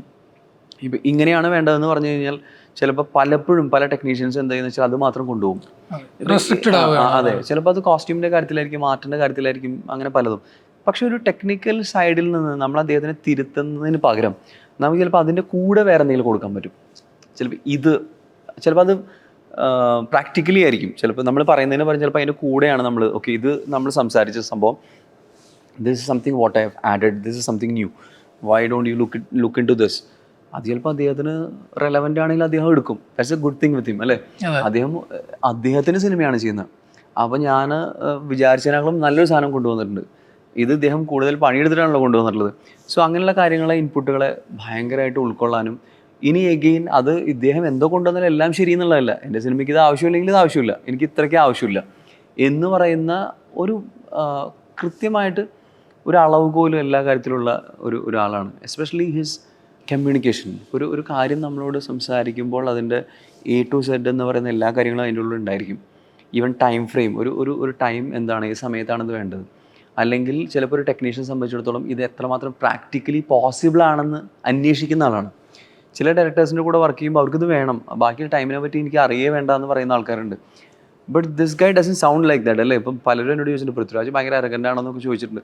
പക്ഷേ when it comes to work he is very understanding. ഒരു ടെക്നീഷ്യന് എന്തൊക്കെ പോസിബിളാണ്, പോസിബിൾ അല്ല, അല്ലെങ്കിൽ ചിലപ്പോൾ ഇത് സാധിക്കുമോ, നമുക്ക് ഇതിന് വേറെ എന്തെങ്കിലും ഹെൽപ്പ് നിങ്ങൾക്ക് ആവശ്യമുണ്ട് എൻ്റെ ഭാഗത്ത് നിന്ന് ചോദിക്കുന്ന ഒരു ഡയറക്ടറാണ്. സോ എനിക്ക് ഏറ്റവും നല്ല അനുഭവങ്ങൾ മാത്രമേ അദ്ദേഹമായിട്ട് ഉണ്ടായിട്ടുള്ളൂ. അല്ലെങ്കിൽ നമ്മൾ പലപ്പോഴും ചിലപ്പോൾ ഒരു കാര്യം പറയുന്നതിന് ഒരു 1 സ്റ്റെപ്പ് മുന്നിലേക്ക് കൂടുതൽ ശ്രമിക്കുന്നതുകൊണ്ടാണെന്ന് അറിയില്ല. ഈ understand that okay this is what he's bringing on the table എന്ന് പറയുന്നത്. അപ്പോൾ ആ രീതിയിൽ എനിക്ക് ഭയങ്കര നല്ല അനുഭവങ്ങൾ ഉണ്ടായിട്ടുള്ളൂ. ഇപ്പോൾ ലൂസിഫറിൽ സയ്യിദ് എന്ന് പറയുന്ന ക്യാരക്ടർ ചെറിയൊരു പോർഷൻ മാത്രമാണുള്ളത്. അപ്പോൾ ഇദ്ദേഹത്തിൻ്റെ ഒരു കോസ്റ്റ്യൂം നോക്കുകയാണെങ്കിൽ ഒരു ക്യാപ്പ് ഉണ്ട്, ബ്ലാക്ക് ഡ്രസ്സാണ്, ഒരു യെല്ലോ ഷെയ്ഡുള്ള ഗ്ലാസ് ഉണ്ട്. പക്ഷേ എമ്പുരാൻ്റെ ടീസർ നോക്കുമ്പോൾ കംപ്ലീറ്റ്ലി വേറൊരു അറ്റയറിലാണ് ഇദ്ദേഹം വരുന്നത്. അപ്പോൾ എങ്ങനെയാണ് നമുക്ക് ഇപ്പോൾ ഈ സയ്യിദ് മസൂദിനെ ഒരു ഡിസൈൻ ചെയ്തിരിക്കുന്ന വിധം എങ്ങനെയാണ് നമുക്ക് പറയാൻ പറ്റുമോ, റിവീൽ ചെയ്യാൻ പറ്റുമോ, എങ്ങനെയാണ്? ഉറപ്പായിട്ടും അദ്ദേഹമായിട്ട് ബന്ധപ്പെട്ട കുറേ കാര്യങ്ങൾ സിനിമയിൽ സംഭവിക്കുന്നുണ്ട്. സോ നമ്മൾ അതിൽ കണ്ടത് ഒരു മിഷനായിട്ട് മുന്നോട്ട് പോകുന്ന ഒരാളുടെ കുറേ കാര്യങ്ങളൊക്കെ അതിൽ കണ്ടിട്ടുണ്ട്. ഇതിൽ വേറെ കുറേ കാര്യങ്ങളുണ്ട്. അപ്പം അതിനോടനുബന്ധിച്ചുള്ള പല ചേഞ്ചസും ഇദ്ദേഹത്തിൻ്റെ ക്യാരക്ടറിലേക്ക് വന്നിട്ടുണ്ട്. ബട്ട് അഗെയിൻ ഇപ്പം when you visit back Lucifer and when you see the teaser of Empuraan, Prithviraj as a person has become so handsome. ഇത് നമ്മൾ ഈ ഒരു പോർഷൻ നമ്മൾ ഷൂട്ട് ചെയ്യാൻ പോണതിന് മുൻപ് ഞാൻ ഇത് എഗെയിൻ ബാക്ക് ടു ലൂസിഫർ വീണ്ടും പോയി കാണുകയും അതിലത്തെ കുറേ കാര്യങ്ങൾ ഡീറ്റെയിൽ വീണ്ടും നോക്കി കഴിഞ്ഞപ്പോൾ എൻ്റെ കോസ്റ്റ്യൂം ഞാൻ കുറച്ച് ഡിഫറൻസ് വരുത്തിയിട്ടുണ്ട്. ഈവൻ ആ മിഷൻ ചെയ്യുന്ന കോസ്റ്റ്യൂം പോലും പക്ഷേ ഇദ്ദേഹത്തിൻ്റെ ലുക്ക് ഭയങ്കരമായിട്ട് മാറി. ഇപ്പോൾ ഹെയർ ആയിക്കോട്ടെ, ബിയേർഡ് ആയിക്കോട്ടെ, സ്കിൻ ൻ്റെ ഒരു ടോൺ ആയിക്കോട്ടെ എന്ന് പറയുന്ന എല്ലാ കളി, ഈവൻ ഫിസിക്ക് ഭയങ്കരമായിട്ട് മാറി. എനിക്ക് തോന്നുന്നു ആ സമയത്ത് കുറച്ചും കൂടെയൊക്കെ he was like little hefty, കുറച്ച് തടി ഉണ്ടായിരുന്നു തോന്നുന്നുണ്ട്. So now is trimmed, is looking so dam handsome. ഇപ്പോൾ ഞാൻ പോയി പറയണ്ടായി ഇത് ഇങ്ങനെയാണല്ലോ എന്ന് പറഞ്ഞു ശരി. ഇപ്പം അന്ന് എനിക്ക് തോന്നുന്നു ഹി ഡസൻ ഹാഡ് ഒരു പേഴ്സണലായിട്ടൊരു മേക്കപ്പ് ചെയ്യാനോ അല്ലെങ്കിൽ ഒരു ഹെയർ ചെയ്യാൻ പോലും അന്ന് ആളുണ്ടായിരുന്നില്ല. ഇത്രയും വലിയ സൂപ്പർ സ്റ്റാർ, അന്ന് സൂപ്പർ സ്റ്റാർ ആണല്ലേ. ഇന്നാണ് ചിലപ്പോൾ അങ്ങനത്തെ 1-2 സ്റ്റാഫുകൾ കൂടെ വന്നിട്ടുള്ളത്. അപ്പോൾ അതിൻ്റേതായ ഒരു മിനുക്ക് പണി ഉറപ്പായിട്ടും അത് അദ്ദേഹത്തിൻ്റെ ശരീരത്തിലുണ്ട്. ആൻഡ് അഗെയിൻ നമ്മൾ എന്ത് ചെയ്താലും അത് അവരൊക്കെ ഇടുമ്പോൾ അത് ഭയങ്കര രസമാണ്. എന്ത് വേണമെങ്കിലും ചെയ്യാം. So this is more like ഒരു വൈറ്റ് പേപ്പർ പോലെയാണ്. നമുക്ക് എന്ത് കോസ്റ്റ്യൂം വേണമെങ്കിലും നമുക്ക് ഡിസൈൻ ചെയ്യാം. അതിന് നമ്മുടെ ഇഷ്ടത്തിന് നമുക്ക് വേണമെങ്കിൽ ട്രിം ചെയ്യാം, അല്ലെങ്കിൽ ആൾട്ടർ ചെയ്യാം, എന്ത് വേണമെങ്കിലും ചെയ്യാം. ആ ശരീരത്തിലേക്ക് അതൊക്കെ കയറിക്കോളും. ആൻഡ് ഈ could carry it also very well. അപ്പം ആ ക്യാരക്ടർ നമ്മൾ ഡിസൈൻ ചെയ്യുമ്പോൾ ഐ തിങ്ക് ദാറ്റ് സംതിങ് നമ്മൾ അതിൽ കുറച്ചും കൂടെ നമ്മൾ ഫ്രീ ആണ്, നമുക്ക് എന്തും ചെയ്യാം. സോ അങ്ങനെ കുറച്ച് കാര്യങ്ങൾ അതിൽ ചെയ്തിട്ടുണ്ട്. So I think you should watch the film for the later. ഇപ്പോൾ പല കാലങ്ങളായി മലയാള സിനിമയിൽ പല ആക്ടേഴ്സിൻ്റെയും സ്റ്റൈലുകൾ അനുകരിക്കപ്പെടാറുണ്ട്. ഇപ്പോൾ പ്രേമത്തിലെ ബ്ലാക്ക് ഷർട്ടും ഉണ്ട്, അല്ലെ രാജമാണിക്യത്തിലെ ഡ്രസ്സ്. ഇപ്പോൾ സുജിത്തിന് ഏതെങ്കിലും രീതിയിൽ അത്തരത്തിൽ ഭയങ്കര രീതിയിൽ ഇൻസ്പയർ ചെയ്ത അല്ലെങ്കിൽ അനുകരിക്കാൻ ശ്രമിച്ച കോസ്റ്റ്യൂംസ് ഏതെങ്കിലുമൊക്കെ ഉണ്ടോ? എനിക്ക് തോന്നുന്നു ഞാൻ കുറച്ച് പേഴ്സണൽ ലെവലിൽ നമ്മൾ കുറച്ചുകൂടെ comfortable, what it is comfortable, അല്ലെങ്കിൽ ഒരു ഒക്കേഷൻ എന്താണെന്നുള്ളത് ഞാൻ ചിന്തിക്കാറുള്ളത്. പക്ഷേ ഓഫ് കോഴ്സ് എനിക്ക് ചില സിനിമകൾ കണ്ടിട്ട് എനിക്ക് ആ സിനിമയിലെ കോസ്റ്റ്യൂം അവർ എങ്ങനെ ചെയ്തു എന്നുള്ളതൊക്കെ, for example summer in Bethlehem എന്ന് പറഞ്ഞ സിനിമ, ആ സിനിമയിലെ കോസ്റ്റ്യൂം നമ്മൾ ഇന്ന് കാണുമ്പോൾ, നമ്മൾ വീണ്ടും ഒന്ന് റീവിസിറ്റ് ചെയ്യുമ്പോൾ അത് ഭയങ്കര ഡേറ്റഡ് ആണ്. ഇന്നും ഭയങ്കരമായിട്ട് നമുക്ക് ഇഷ്ടപ്പെടുന്ന രീതിയിലാണ് ആ കോസ്റ്റ്യൂംസ്. എങ്ങനെയാണ് സതീഷ് SP സതീഷ് നമ്മുടെ സീനിയർ ആയിട്ടുള്ള ഒരാളാണ് ചെയ്തിട്ടുള്ളത്. അത് ഭയങ്കര രസമുണ്ടല്ലോ നമുക്ക്. അല്ലെങ്കിൽ അതിൽ ഭയങ്കര ക്ലാസ് മെയിൻറ്റെയിൻ ചെയ്തിട്ടുണ്ട്. ഗുരു എന്ന് പറഞ്ഞ സിനിമ അങ്ങനെ ഉണ്ടായിട്ടുണ്ട്. അങ്ങനെ കുറേ സിനിമകളുണ്ട്. ഇപ്പം ഫാസിൽ സാറിൻ്റെ മണിച്ചിറത്താഴ് എന്ന് പറഞ്ഞ സിനിമ. പക്ഷേ അതിൻ്റെ ഒരു ഡിഫറൻസ് എന്താണെന്ന് വെച്ചാൽ, ഇദ്ദേഹം ഒരു ഡോക്ടറാണെന്ന് പറയുമ്പോൾ നേരെ നമ്മൾ പോകുന്ന ഒരു പ്ലെയിൻ ഷർട്ടും ഒരു ഫോർമൽ ലുക്കും കാര്യങ്ങളൊക്കെ ആണല്ലോ. തെക്കിനിലേക്ക് കയറി പോകുമ്പോൾ ഒരു മൾട്ടിപ്പിൾ കളേർഡ് ആയിട്ടുള്ള ഷർട്ടാണ് ഇടുന്നത്. അത് പക്ഷേ ഒരിക്കലും നമുക്ക് ആ ക്യാരക്ടറിന്റെ ഇന്നർ ലെയർ ആയിട്ടാണ് അത് കണക്റ്റഡ്. ഇപ്പം നമ്മൾ നേരെ പറയുകയാണ് ഇത് ഒരു ഡോക്ടറാണെന്ന് പറഞ്ഞാൽ ഒരിക്കലും ഈ കോസ്റ്റ്യൂം അല്ലല്ലോ. ഈവൻ ശോഭന ചേച്ചിയുടെ കോസ്റ്റ്യൂംസ്, ഈവൻ അവർ ഉടുത്തുള്ള സാരികളൊക്കെയും ഭയങ്കര ഫാഷനബിളാണ്. പക്ഷേ it's much into the film അല്ലേ. അതൊരു ഡയറക്ടറെ തലയിൽ വരുന്നൊരു കാര്യമാണ്. അപ്പം എനിക്ക് കുറച്ചും കൂടെ ആ സമയത്ത് ഭയങ്കര റെലവൻ്റ് ആണല്ലോ. ഇത്രയും ബ്രാൻഡുകളില്ല, അല്ലെങ്കിൽ ഇവിടെ ഒന്നും റെഡിമെയ്ഡ് അല്ല, എല്ലാവരും ഉണ്ടാക്കുന്നതാണ്. അതാണ് എൻ്റെ അട്രാക്ഷൻ. ആൻഡ് അഗെയിൻ ഇപ്പം പുതിയതായിട്ട് വരുന്ന ചില സിനിമകളുണ്ട്. ഇപ്പം നടികർ പോലത്തെ ഒരു സിനിമ, അല്ലെങ്കിൽ തല്ലുമാല പോലത്തെ ഒരു സിനിമ, ഇങ്ങനെയൊക്കെ കുറേ സിനിമകൾ. There is something what people are trying. അതെന്താണെന്ന് വെച്ച് കഴിഞ്ഞാൽ ആ സിനിമയ്ക്ക് അങ്ങനെ സാധനം ആവശ്യമുള്ളപ്പോൾ അത് കൊണ്ടുവന്നു എന്ന് പറയുന്നതിൽ, അത് ചെയ്ത ഏത് കോസ്റ്റ്യൂം ഡിസൈനർ ആണെങ്കിലും അല്ലെങ്കിൽ അതിനെ എൻവിഷൻ ചെയ്ത ഒരു ഡയറക്ടർ ആണെങ്കിലും എനിക്ക് അതിനോട് ഭയങ്കര റെസ്പെക്റ്റാണ്. And I think those film should be. ഇപ്പോൾ ചിലപ്പോൾ ചില സിനിമകൾ അത് വിജയിക്കാതെ, ഇപ്പോൾ നടികർ വലിയ കാര്യമായിട്ട് വിജയിക്കാത്തൊരു സിനിമയായതുകൊണ്ട് അതിൻ്റെ കോസ്റ്റ്യൂംസ് ഒന്നും വലിയ കാര്യമായിട്ട്, പക്ഷെ നമ്മൾ കാണുമ്പോൾ അതിൽ ഒരുപാട് പണിയെടുത്തിട്ടുള്ള പോലെ തോന്നണം, അല്ലെങ്കിൽ ഒരുപാട് പൈസ ചിലവാക്കിയിട്ടുണ്ട് ഫോർ ദ ഒരു റീസൺ ഉണ്ടല്ലോ. ഇപ്പോൾ സുജിത്ത്, ഇപ്പോൾ വാലിബൻ്റെ കാര്യം പറഞ്ഞു. ഇപ്പോൾ വാലിബനായാലും മരക്കാറായാലും ഒരുപാട് എഫേർട്ട് ഇട്ട് ചെയ്ത ഒരു സിനിമയാണ്. അപ്പം മരക്കാറിനാണ് നാഷണൽ അവാർഡ് കിട്ടിയതും. അതിൻ്റെ പിന്നിൽ ഒരുപാട് കഥകളുണ്ടല്ലോ, ഈ മീൻസ് ഇതിന് കോസ്റ്റ്യൂം ഡിസൈൻ ചെയ്യുന്നതും സ്കെച്ച് ചെയ്യുന്നതും. അപ്പോൾ ഇത്തരത്തിൽ ഒരുപാട് എഫേർട്ട് ഇട്ട് ചെയ്ത ഒരു സിനിമ ചിലപ്പോൾ ചില കാരണങ്ങൾ കൊണ്ട് ഈ സിനിമ ബോക്സ് ഓഫീസിൽ വർക്കാവുന്നില്ല, അല്ലെങ്കിൽ വലിയ രീതിയിൽ സ്വീകരിക്കപ്പെടുന്നില്ല എന്ന് പോകുമ്പോൾ അത് എങ്ങനെയാണ് സുജിത്ത് അതിനെ ടേക്ക് ചെയ്യുന്നത്? ഇപ്പോൾ ഒരു ടെക്നീഷ്യനെ സംബന്ധിച്ചിടത്തോളം ഞാൻ പറഞ്ഞില്ല, ഇപ്പം നമ്മളൊരു സിനിമ നമ്മളടുത്ത് എത്തുന്നിടത്ത് അതിൻ്റെ സ്ക്രിപ്റ്റ് വായിച്ചിട്ടാണ് ഞാൻ അതിൽ എക്സൈറ്റഡ് ആവാറുള്ളത്. ഞാൻ വാലിബനായാലും മരക്കാറായാലും ഞാൻ അതിൽ ഭയങ്കര എക്സൈറ്റഡ് ആയിരുന്നു. ഞാൻ നേരത്തെ പറഞ്ഞ പോലെ ലൂസിഫറിൻ്റെ സ്ക്രിപ്റ്റും മരക്കാരൻ്റെ സ്ക്രിപ്റ്റും ഓൾമോസ്റ്റ് ഒരു സമയത്താണ് വന്നിട്ടുള്ളത്. സ്ക്രിപ്റ്റ് നമ്മൾ വായിച്ച് ലൂസിഫറിൻ്റെ വർക്ക് തുടങ്ങി, ആ ലൂസിഫർ വർക്ക് ചെയ്ത് തുടങ്ങി കുറച്ച് കഴിഞ്ഞപ്പോഴാണ് മരക്കാരൻ്റെ സ്ക്രിപ്റ്റ് വരുന്നത്. സ്ക്രിപ്റ്റ് ലെവലിൽ മരക്കാർ ഇസ് വെരി ഇൻട്രസ്റ്റിംഗ്. അത് എക്സിക്യൂട്ടീവ് വന്നപ്പോൾ ഹേവായി വാട്ട് എവർ ഹാപ്പൻഡ് എന്ന് പറയുന്ന ആ സിനിമയുടെ വിധിയായിരിക്കും. നമ്മളെ സംബന്ധിച്ചിടത്തോളം എപ്പോഴും ആ സ്ക്രിപ്റ്റിലാണല്ലോ നമ്മൾ വിശ്വസിക്കുന്നത്, അത് ഉണ്ടാക്കുന്ന ഡയറക്ടറെയാണ് നമ്മൾ വിശ്വസിക്കുന്നത്, നമ്മൾ അതിലാണ്. അപ്പം നമ്മൾ അതിലേക്ക് തിരിച്ചു പോയിട്ട് നമ്മളത് എന്തുകൊണ്ട് അങ്ങനെ സംഭവിച്ചു. ഇപ്പം വാലിബൻ ചെയ്യുന്ന സമയത്ത് ഞാൻ മിനിമം ഒരു 2-3 വലിയ സിനിമകൾ, ഇപ്പോൾ മലയാളത്തിൽ ഇപ്പോൾ ഏറ്റവും കൂടുതൽ ഡേറ്റ് ഷൂട്ട് ചെയ്ത് വെച്ചിട്ടുള്ളൊരു സിനിമ പോലും ഞാൻ അഡ്വാൻസ് മേടിച്ചിട്ട് എനിക്ക് ചെയ്യാൻ പറ്റാത്ത സിനിമയാണ്. പക്ഷേ നമ്മൾ ഈ സിനിമ കമ്മിറ്റ് ചെയ്യും, ഈ സിനിമയ്ക്ക് ഇതിന് ആവശ്യമുണ്ടെന്ന് അറിയുന്നതുകൊണ്ടാണ് നമ്മൾ ആ സിനിമയിൽ നിൽക്കുന്നത്. ചിലപ്പോൾ ഞാൻ 9 മാസമെങ്കിലും ചിലപ്പോൾ വാലിബനിൽ വർക്ക് ചെയ്തിട്ടുണ്ട്. എന്നിട്ട് ആ സിനിമ ഫ്ലോപ്പ് ആകുമ്പോൾ നമുക്ക് ഒരു കാര്യം സംഭവിക്കും, നമ്മൾ ആ സമയത്ത് മിസ് ചെയ്തിട്ടുള്ള സിനിമകൾ. രണ്ടാമതെന്ന് പറയുന്നത് ചിലപ്പോൾ നമ്മൾ കുറേ സിനിമകൾ വർക്ക് ചെയ്യാതിരിക്കുമ്പോൾ നമ്മൾ ഈ സിനിമ വിജയിക്കാതെയും കൂടി ഇരിക്കുമ്പോൾ നമ്മളെ സംബന്ധിച്ചിടത്തോളം പിന്നെ എഗെയിൻ ചാൻസസ് കുറയാനുള്ള ചാൻസ് ഭയങ്കര കൂടുതലാണ്. പക്ഷേ ഞാൻ അതിനെ അങ്ങനെ കാണാറില്ല. ബിക്കോസ് ഇത് നമ്മൾ വിശ്വസിച്ച സിനിമയാണല്ലോ, അതിൻ്റെ കൂടെ നമ്മൾ ചെയ്തു. ബിക്കോസ് അതിൻ്റെ ലേണിംഗ് എന്ന് പറയുന്നത് ഭയങ്കര ഹ്യൂജാണ്. ചിലപ്പോൾ നമ്മൾ വേറെ 3 വിജയിച്ച സിനിമകളിൽ ചിലപ്പോൾ പോയിട്ടുണ്ടായിരുന്നെങ്കിൽ പോലും ഈ സിനിമയിൽ നമ്മൾ പഠിച്ചു എന്നുള്ളത് അത് ചിലപ്പോൾ ഒരിക്കലും ആ സിനിമകളിൽ കിട്ടില്ല. ചിലപ്പോൾ അതുകൊണ്ട് തന്നെ സിനിമകൾ എത്രമാത്രം വിജയിച്ചു എന്നുള്ളത് ചിലപ്പോൾ നമ്മുടെ പേഴ്സണൽ ഗ്രോത്തിൽ ചിലപ്പോൾ ഒരു സർട്ടൻ കാലം കഴിയുമ്പോഴേ നമുക്ക് മനസ്സിലാവുള്ളൂ ആ സിനിമ നമുക്ക് എന്താ തന്നെന്നുള്ളത്. ഇപ്പോൾ ആണെങ്കിൽ പോലും നെക്സ്റ്റ് നമ്മൾ 2-3 സ്ക്രിപ്റ്റുകളൊക്കെ കേട്ട് കഴിഞ്ഞപ്പോൾ ചിലപ്പോൾ ഒരു 3-4 മാസം ചിലപ്പോൾ വർക്ക് ചെയ്യുന്ന ഒരു സിനിമ, എനിക്കത് ആ സിനിമ എത്രമാത്രം അത് വർക്കബിൾ ആണെന്നുള്ളതിനെ പറ്റി ഒരു ക്വസ്റ്റ്യൻ ഉണ്ട്. ഇനി വരാനിരിക്കുന്ന ചിലപ്പോൾ ഞാൻ ഒരു ജനറലി ഒരു സ്ക്രിപ്റ്റ് കേട്ട കാര്യം പറയുന്നത്, അത് വർക്കാവും എന്നുള്ളതിനെ പറ്റി എനിക്ക് സംശയമുണ്ട്. അപ്പം ചിലപ്പോൾ നമ്മളൊരു സാമ്പത്തികമായ ഒരു ജോലി ചെയ്യാൻ വേണ്ടിയിട്ടാണല്ലോ അങ്ങനെ ഉണ്ടല്ലോ ഒരു പ്രോസസ്സ്, അങ്ങനെ നമുക്ക് ചെയ്യാം. പക്ഷേ ഒരു may be after 6 months 8 months അല്ലെങ്കിൽ ഒരു 1 year ഡൗൺ ദ ലൈൻ നമ്മൾ തിരിഞ്ഞ് ആ 3-4 മാസത്തേക്ക് നോക്കുമ്പോൾ ചിലപ്പോൾ ആ സമയം ചിലപ്പോൾ കുറച്ചുകൂടി നന്നായിട്ട് വിനിയോഗിക്കായിരുന്നു ചിന്തിക്കുന്ന ഒരു ടൈപ്പ് ആളാണ് ഞാൻ. എനിക്ക് കുറച്ചുകൂടി എന്നെ അട്രാക്ട് ചെയ്യുന്ന സിനിമകൾ അല്ലെങ്കിൽ എന്നെ അട്രാക്ട് ചെയ്യുന്ന കാര്യങ്ങൾ വേറെ പലതും ചെയ്യാം. ബിക്കോസ് ഐ പാരലി റൺ, എനിക്ക് വേറെ 1-2 ബിസിനസ്സുകളോ അല്ലെങ്കിൽ തുണിയായിട്ട് ബന്ധപ്പെട്ട് തന്നെ ഡിസൈനിങ് അല്ലെങ്കിൽ യൂണിറ്റ്സ് ഒക്കെ ഉണ്ട്. അപ്പം ഐ എം വെരി ഹാപ്പി. എന്നെ വല്ലാതെ ക്യാച്ച് ചെയ്യാത്ത സിനിമകൾ ചിലപ്പോൾ ഞാൻ അതിൻ്റെ കൂടെ പാർട്ടാവാറില്ല. ചിലപ്പോൾ ആ സിനിമ ഫ്ലോപ്പായാൽ പോലും എൻ്റെ ടേക്ക് അവേ ഭയങ്കര ഹ്യൂജാണ്. ഇപ്പം എല്ലാ സിനിമകളും നമ്മൾ ചെയ്തിട്ടുള്ളത് അതിന് നമ്മൾ ആ സിനിമ കഴിയുമ്പോൾ നമ്മുടെ ഒരു ലേണിംഗ് പ്രോസസ്സ് എന്ന് പറയുന്നത് നമ്മൾ ചിലപ്പോൾ ഒരു വേറെ എത്രയോ ലക്ഷക്കണക്കിന് കോടിക്കണക്കിന് രൂപ നമ്മൾ ചിലവാക്കിയിട്ട് നമുക്ക് കിട്ടുന്ന ഒരു പ്രോസസ്സാണല്ലോ. അപ്പോൾ വാലിബലിൽ എനിക്ക് തോന്നുന്നു പ്രോബ്ലി നമ്മളൊരു 1.5 crore to 2 crore നമ്മുടെ കോസ്റ്റ്യൂമിൻ്റെ ബഡ്ജറ്റാണ്. ആ ഇത്രയും പറഞ്ഞൊരു എമൗണ്ട് ചിലപ്പോൾ നമ്മുടെ കൺമുന്നിൽ കൂടിയാണല്ലോ പോയിട്ടുള്ളത്. അത് നമ്മളെടുത്തൊരു പണിയുടെ ഒരു ടോട്ടാലിറ്റി ആണല്ലോ. സോ അതൊരു വലിയൊരു അനുഭവമല്ലേ. അപ്പോൾ അടുത്ത് വരാനിരിക്കുന്ന സിനിമകൾ ഏതൊക്കെയാണ്? ഞാൻ കുറച്ചും കൂടെ ഒന്ന് ചൂസി ആയിട്ടാണ് ചെയ്യുന്നത്. അപ്പോൾ എനിക്ക് എമ്പുരാൻ എന്ന് പറയുന്ന സിനിമ ചെയ്ത് കഴിഞ്ഞ ഉടനെ തന്നെ നമ്മൾ ചെയ്യാൻ പോകുന്ന അടുത്തൊരു പ്രോജക്റ്റ് എന്ന് പറയുന്നത് ഒരു തെലുഗു ഫിലിമാണ്. അതൊരു 3-part ഫ്രാഞ്ചൈസ് ഫിലിമാണ്. അപ്പോൾ അതിന് കുറച്ചൊരു പ്രീ പ്രൊഡക്ഷൻ കാര്യങ്ങളുണ്ട്. ഒരു 3-4 മാസം പ്രീ പ്രൊഡക്ഷൻ നമ്മൾ ചെയ്യും. ഒരു 3 മാസം 3.5 മാസമോ ചിലപ്പോൾ ഒരു മേ ബി 4 months നമ്മൾ again shooting. So that means ഒരു 8 months ടൈമാണ്. അതുണ്ട്. പിന്നെ ഞാനൊരു 2-3 സ്ക്രിപ്റ്റുകൾ മലയാളത്തിലിപ്പോൾ കേട്ടു. അതിൽ എനിക്ക് എന്താ ചെയ്യാൻ പറ്റുക എന്നുള്ളതല്ല. ബിക്കോസ് ഈ പറയുന്ന ഒരു പ്രോജക്റ്റും അതിൻ്റെ കൂടെ നമുക്ക് എന്ത് ചെയ്യാൻ പറ്റും എന്നുള്ളതിനെ പറ്റി കറക്റ്റായിട്ടൊരു ഐഡിയ കിട്ടിയിട്ടില്ല. ആൻഡ് ഓൾസോ നമ്മുടെ നാട്ടിൽ ശരിക്കും പറഞ്ഞാൽ ഒരു മെൻസ് വെയർ സെക്ഷനിലൊക്കെ ഒരു ഡിസൈനർ ഉണ്ടോ എന്ന് ചോദിച്ചാൽ, ഈവൻ ഒരു വുമൻസ് വെയറിൽ നമുക്കൊരു ഫാഷൻ ഡിസൈനർ ഉണ്ടോ എന്ന് ചോദിച്ചാൽ നമ്മുടെ നാട്ടിൽ ഒരു IM വിജയൻ്റെ പോലത്തെ ഒരാളെ നമുക്ക് അല്ലേ, ഫുട്ബോളിൽ IM വിജയൻ എന്ന് പറഞ്ഞാൽ നമുക്കൊരു ഐഡൻറ്റിറ്റിയാണ്. അതിൻ്റെ ഒപ്പം നിൽക്കുന്ന വേറെ ആളില്ല. പക്ഷെ നമുക്ക് ഫാഷൻ ഡിസൈനിങ്ങിൽ അങ്ങനെ ഒരാൾ ഒരിക്കലും ഇല്ല. സോ അങ്ങനെ സ്ലോട്ട് അവിടെ കിടക്കുന്നുണ്ട്. I really want to bring my abilities in my men's fashion wear. അങ്ങനെ ഒരു ലേബിൾ ക്രിയേറ്റ് ചെയ്യണമെന്നുണ്ട്. ഇപ്പോൾ ഇതിനോട് ചേർത്ത് വയ്ക്കാൻ പറ്റുന്ന ഇപ്പം ബോളിവുഡിലൊക്കെ ആണെങ്കിൽ മനീഷ് മൽഹോത്ര എന്ന് പറയുന്ന വലിയൊരു ബ്രാൻഡ് അവിടെ ഉണ്ട്. അപ്പോൾ അതുപോലെയാണോ അത് അത്തരത്തിലൊരു ബ്രാൻഡ് ഇവിടെ ക്രിയേറ്റ് ചെയ്ത് എടുക്കുക എന്നുള്ളൊരു? ഇപ്പം ചിലപ്പോൾ സാധിക്കും. ബിക്കോസ് എന്താണെന്ന് വെച്ച് കഴിഞ്ഞാൽ ഇപ്പം നമ്മളൊരു may be down the line ഒരു 5 years മുൻപൊക്കെ നമ്മൾ കുറച്ചും കൂടെ റെസ്ട്രിക്റ്റഡ് ആയിരുന്നു.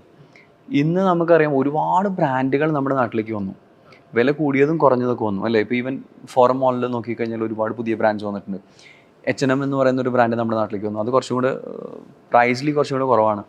പിന്നെ ഒരുപാട് ബുട്ടീക്കുകൾ ലേബൽസ് ഒക്കെ നമ്മുടെ നാട്ടിൽ വന്നു. മൾട്ടി ഡിസൈനർ സ്റ്റോറുകൾ വന്നു. നമ്മുടെ കമ്മ്യൂണിക്കേഷൻ ലെവൽസ് അല്ലെങ്കിൽ നമുക്ക് വേറെ കോസ്റ്റ്യൂംസ് കാണാനുള്ള മാർഗ്ഗങ്ങൾ ഒരുപാട് കൂടി. ഇപ്പം 2 ദിവസം മുൻപ് നമ്മൾ ഈ ഫിലിം ഫെസ്റ്റിവൽ അല്ലെങ്കിൽ ഫിലിം ഫെസ്റ്റിവൽ അല്ല ഓസ്കർ നമ്മൾ അതിൻ്റെ നമുക്ക് റിലേ ഉണ്ടായിരുന്നു. ഈവൻ എനിക്ക് തോന്നുന്നു നെറ്റ്ഫ്ലിക്സിലോ എന്തെങ്കിലും ഉണ്ട്, ഞാനത് കാണുന്നത്. So I was more looking into the costumes, എന്താണ് അവർ ചെയ്തു വെച്ചിട്ടുള്ളതെന്ന്. സോ ഇതൊക്കെ നമുക്കിപ്പോൾ കാണാൻ കിട്ടുന്നുണ്ട്. മേ ബി ലൈവായിട്ടോ അല്ലെങ്കിൽ ചിലപ്പോൾ ഈവൻ നമുക്ക് അതിനെ വീണ്ടും പിന്നീടൊക്കെ കാണാൻ പറ്റുന്ന പല കാര്യങ്ങളും നമുക്ക് കാണാൻ കിട്ടുന്നുണ്ട്. സോ നമ്മുടെ എൻവിഷൻ എന്ന് പറയുന്നത് നമ്മൾ കണ്ടുകൊണ്ടിരിക്കുന്ന പല കാര്യങ്ങളും മാറി.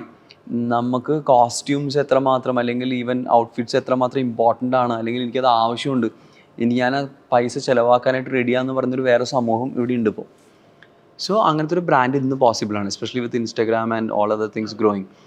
So I think if you could dream it you can make it. എന്തായാലും എമ്പുരാൻ വലിയ രീതിയിൽ സക്സസ് ആവട്ടെ. അതിൽ സുജിത്തിൻ്റെ കോസ്റ്റ്യൂമും വലിയ രീതിയിൽ സെലിബ്രേറ്റ് ചെയ്യട്ടെ. ഈ പറഞ്ഞ പോലെ ഒരു ബ്രാൻഡായിട്ട് മാറാൻ സാധിക്കട്ടെ. Thank you very much.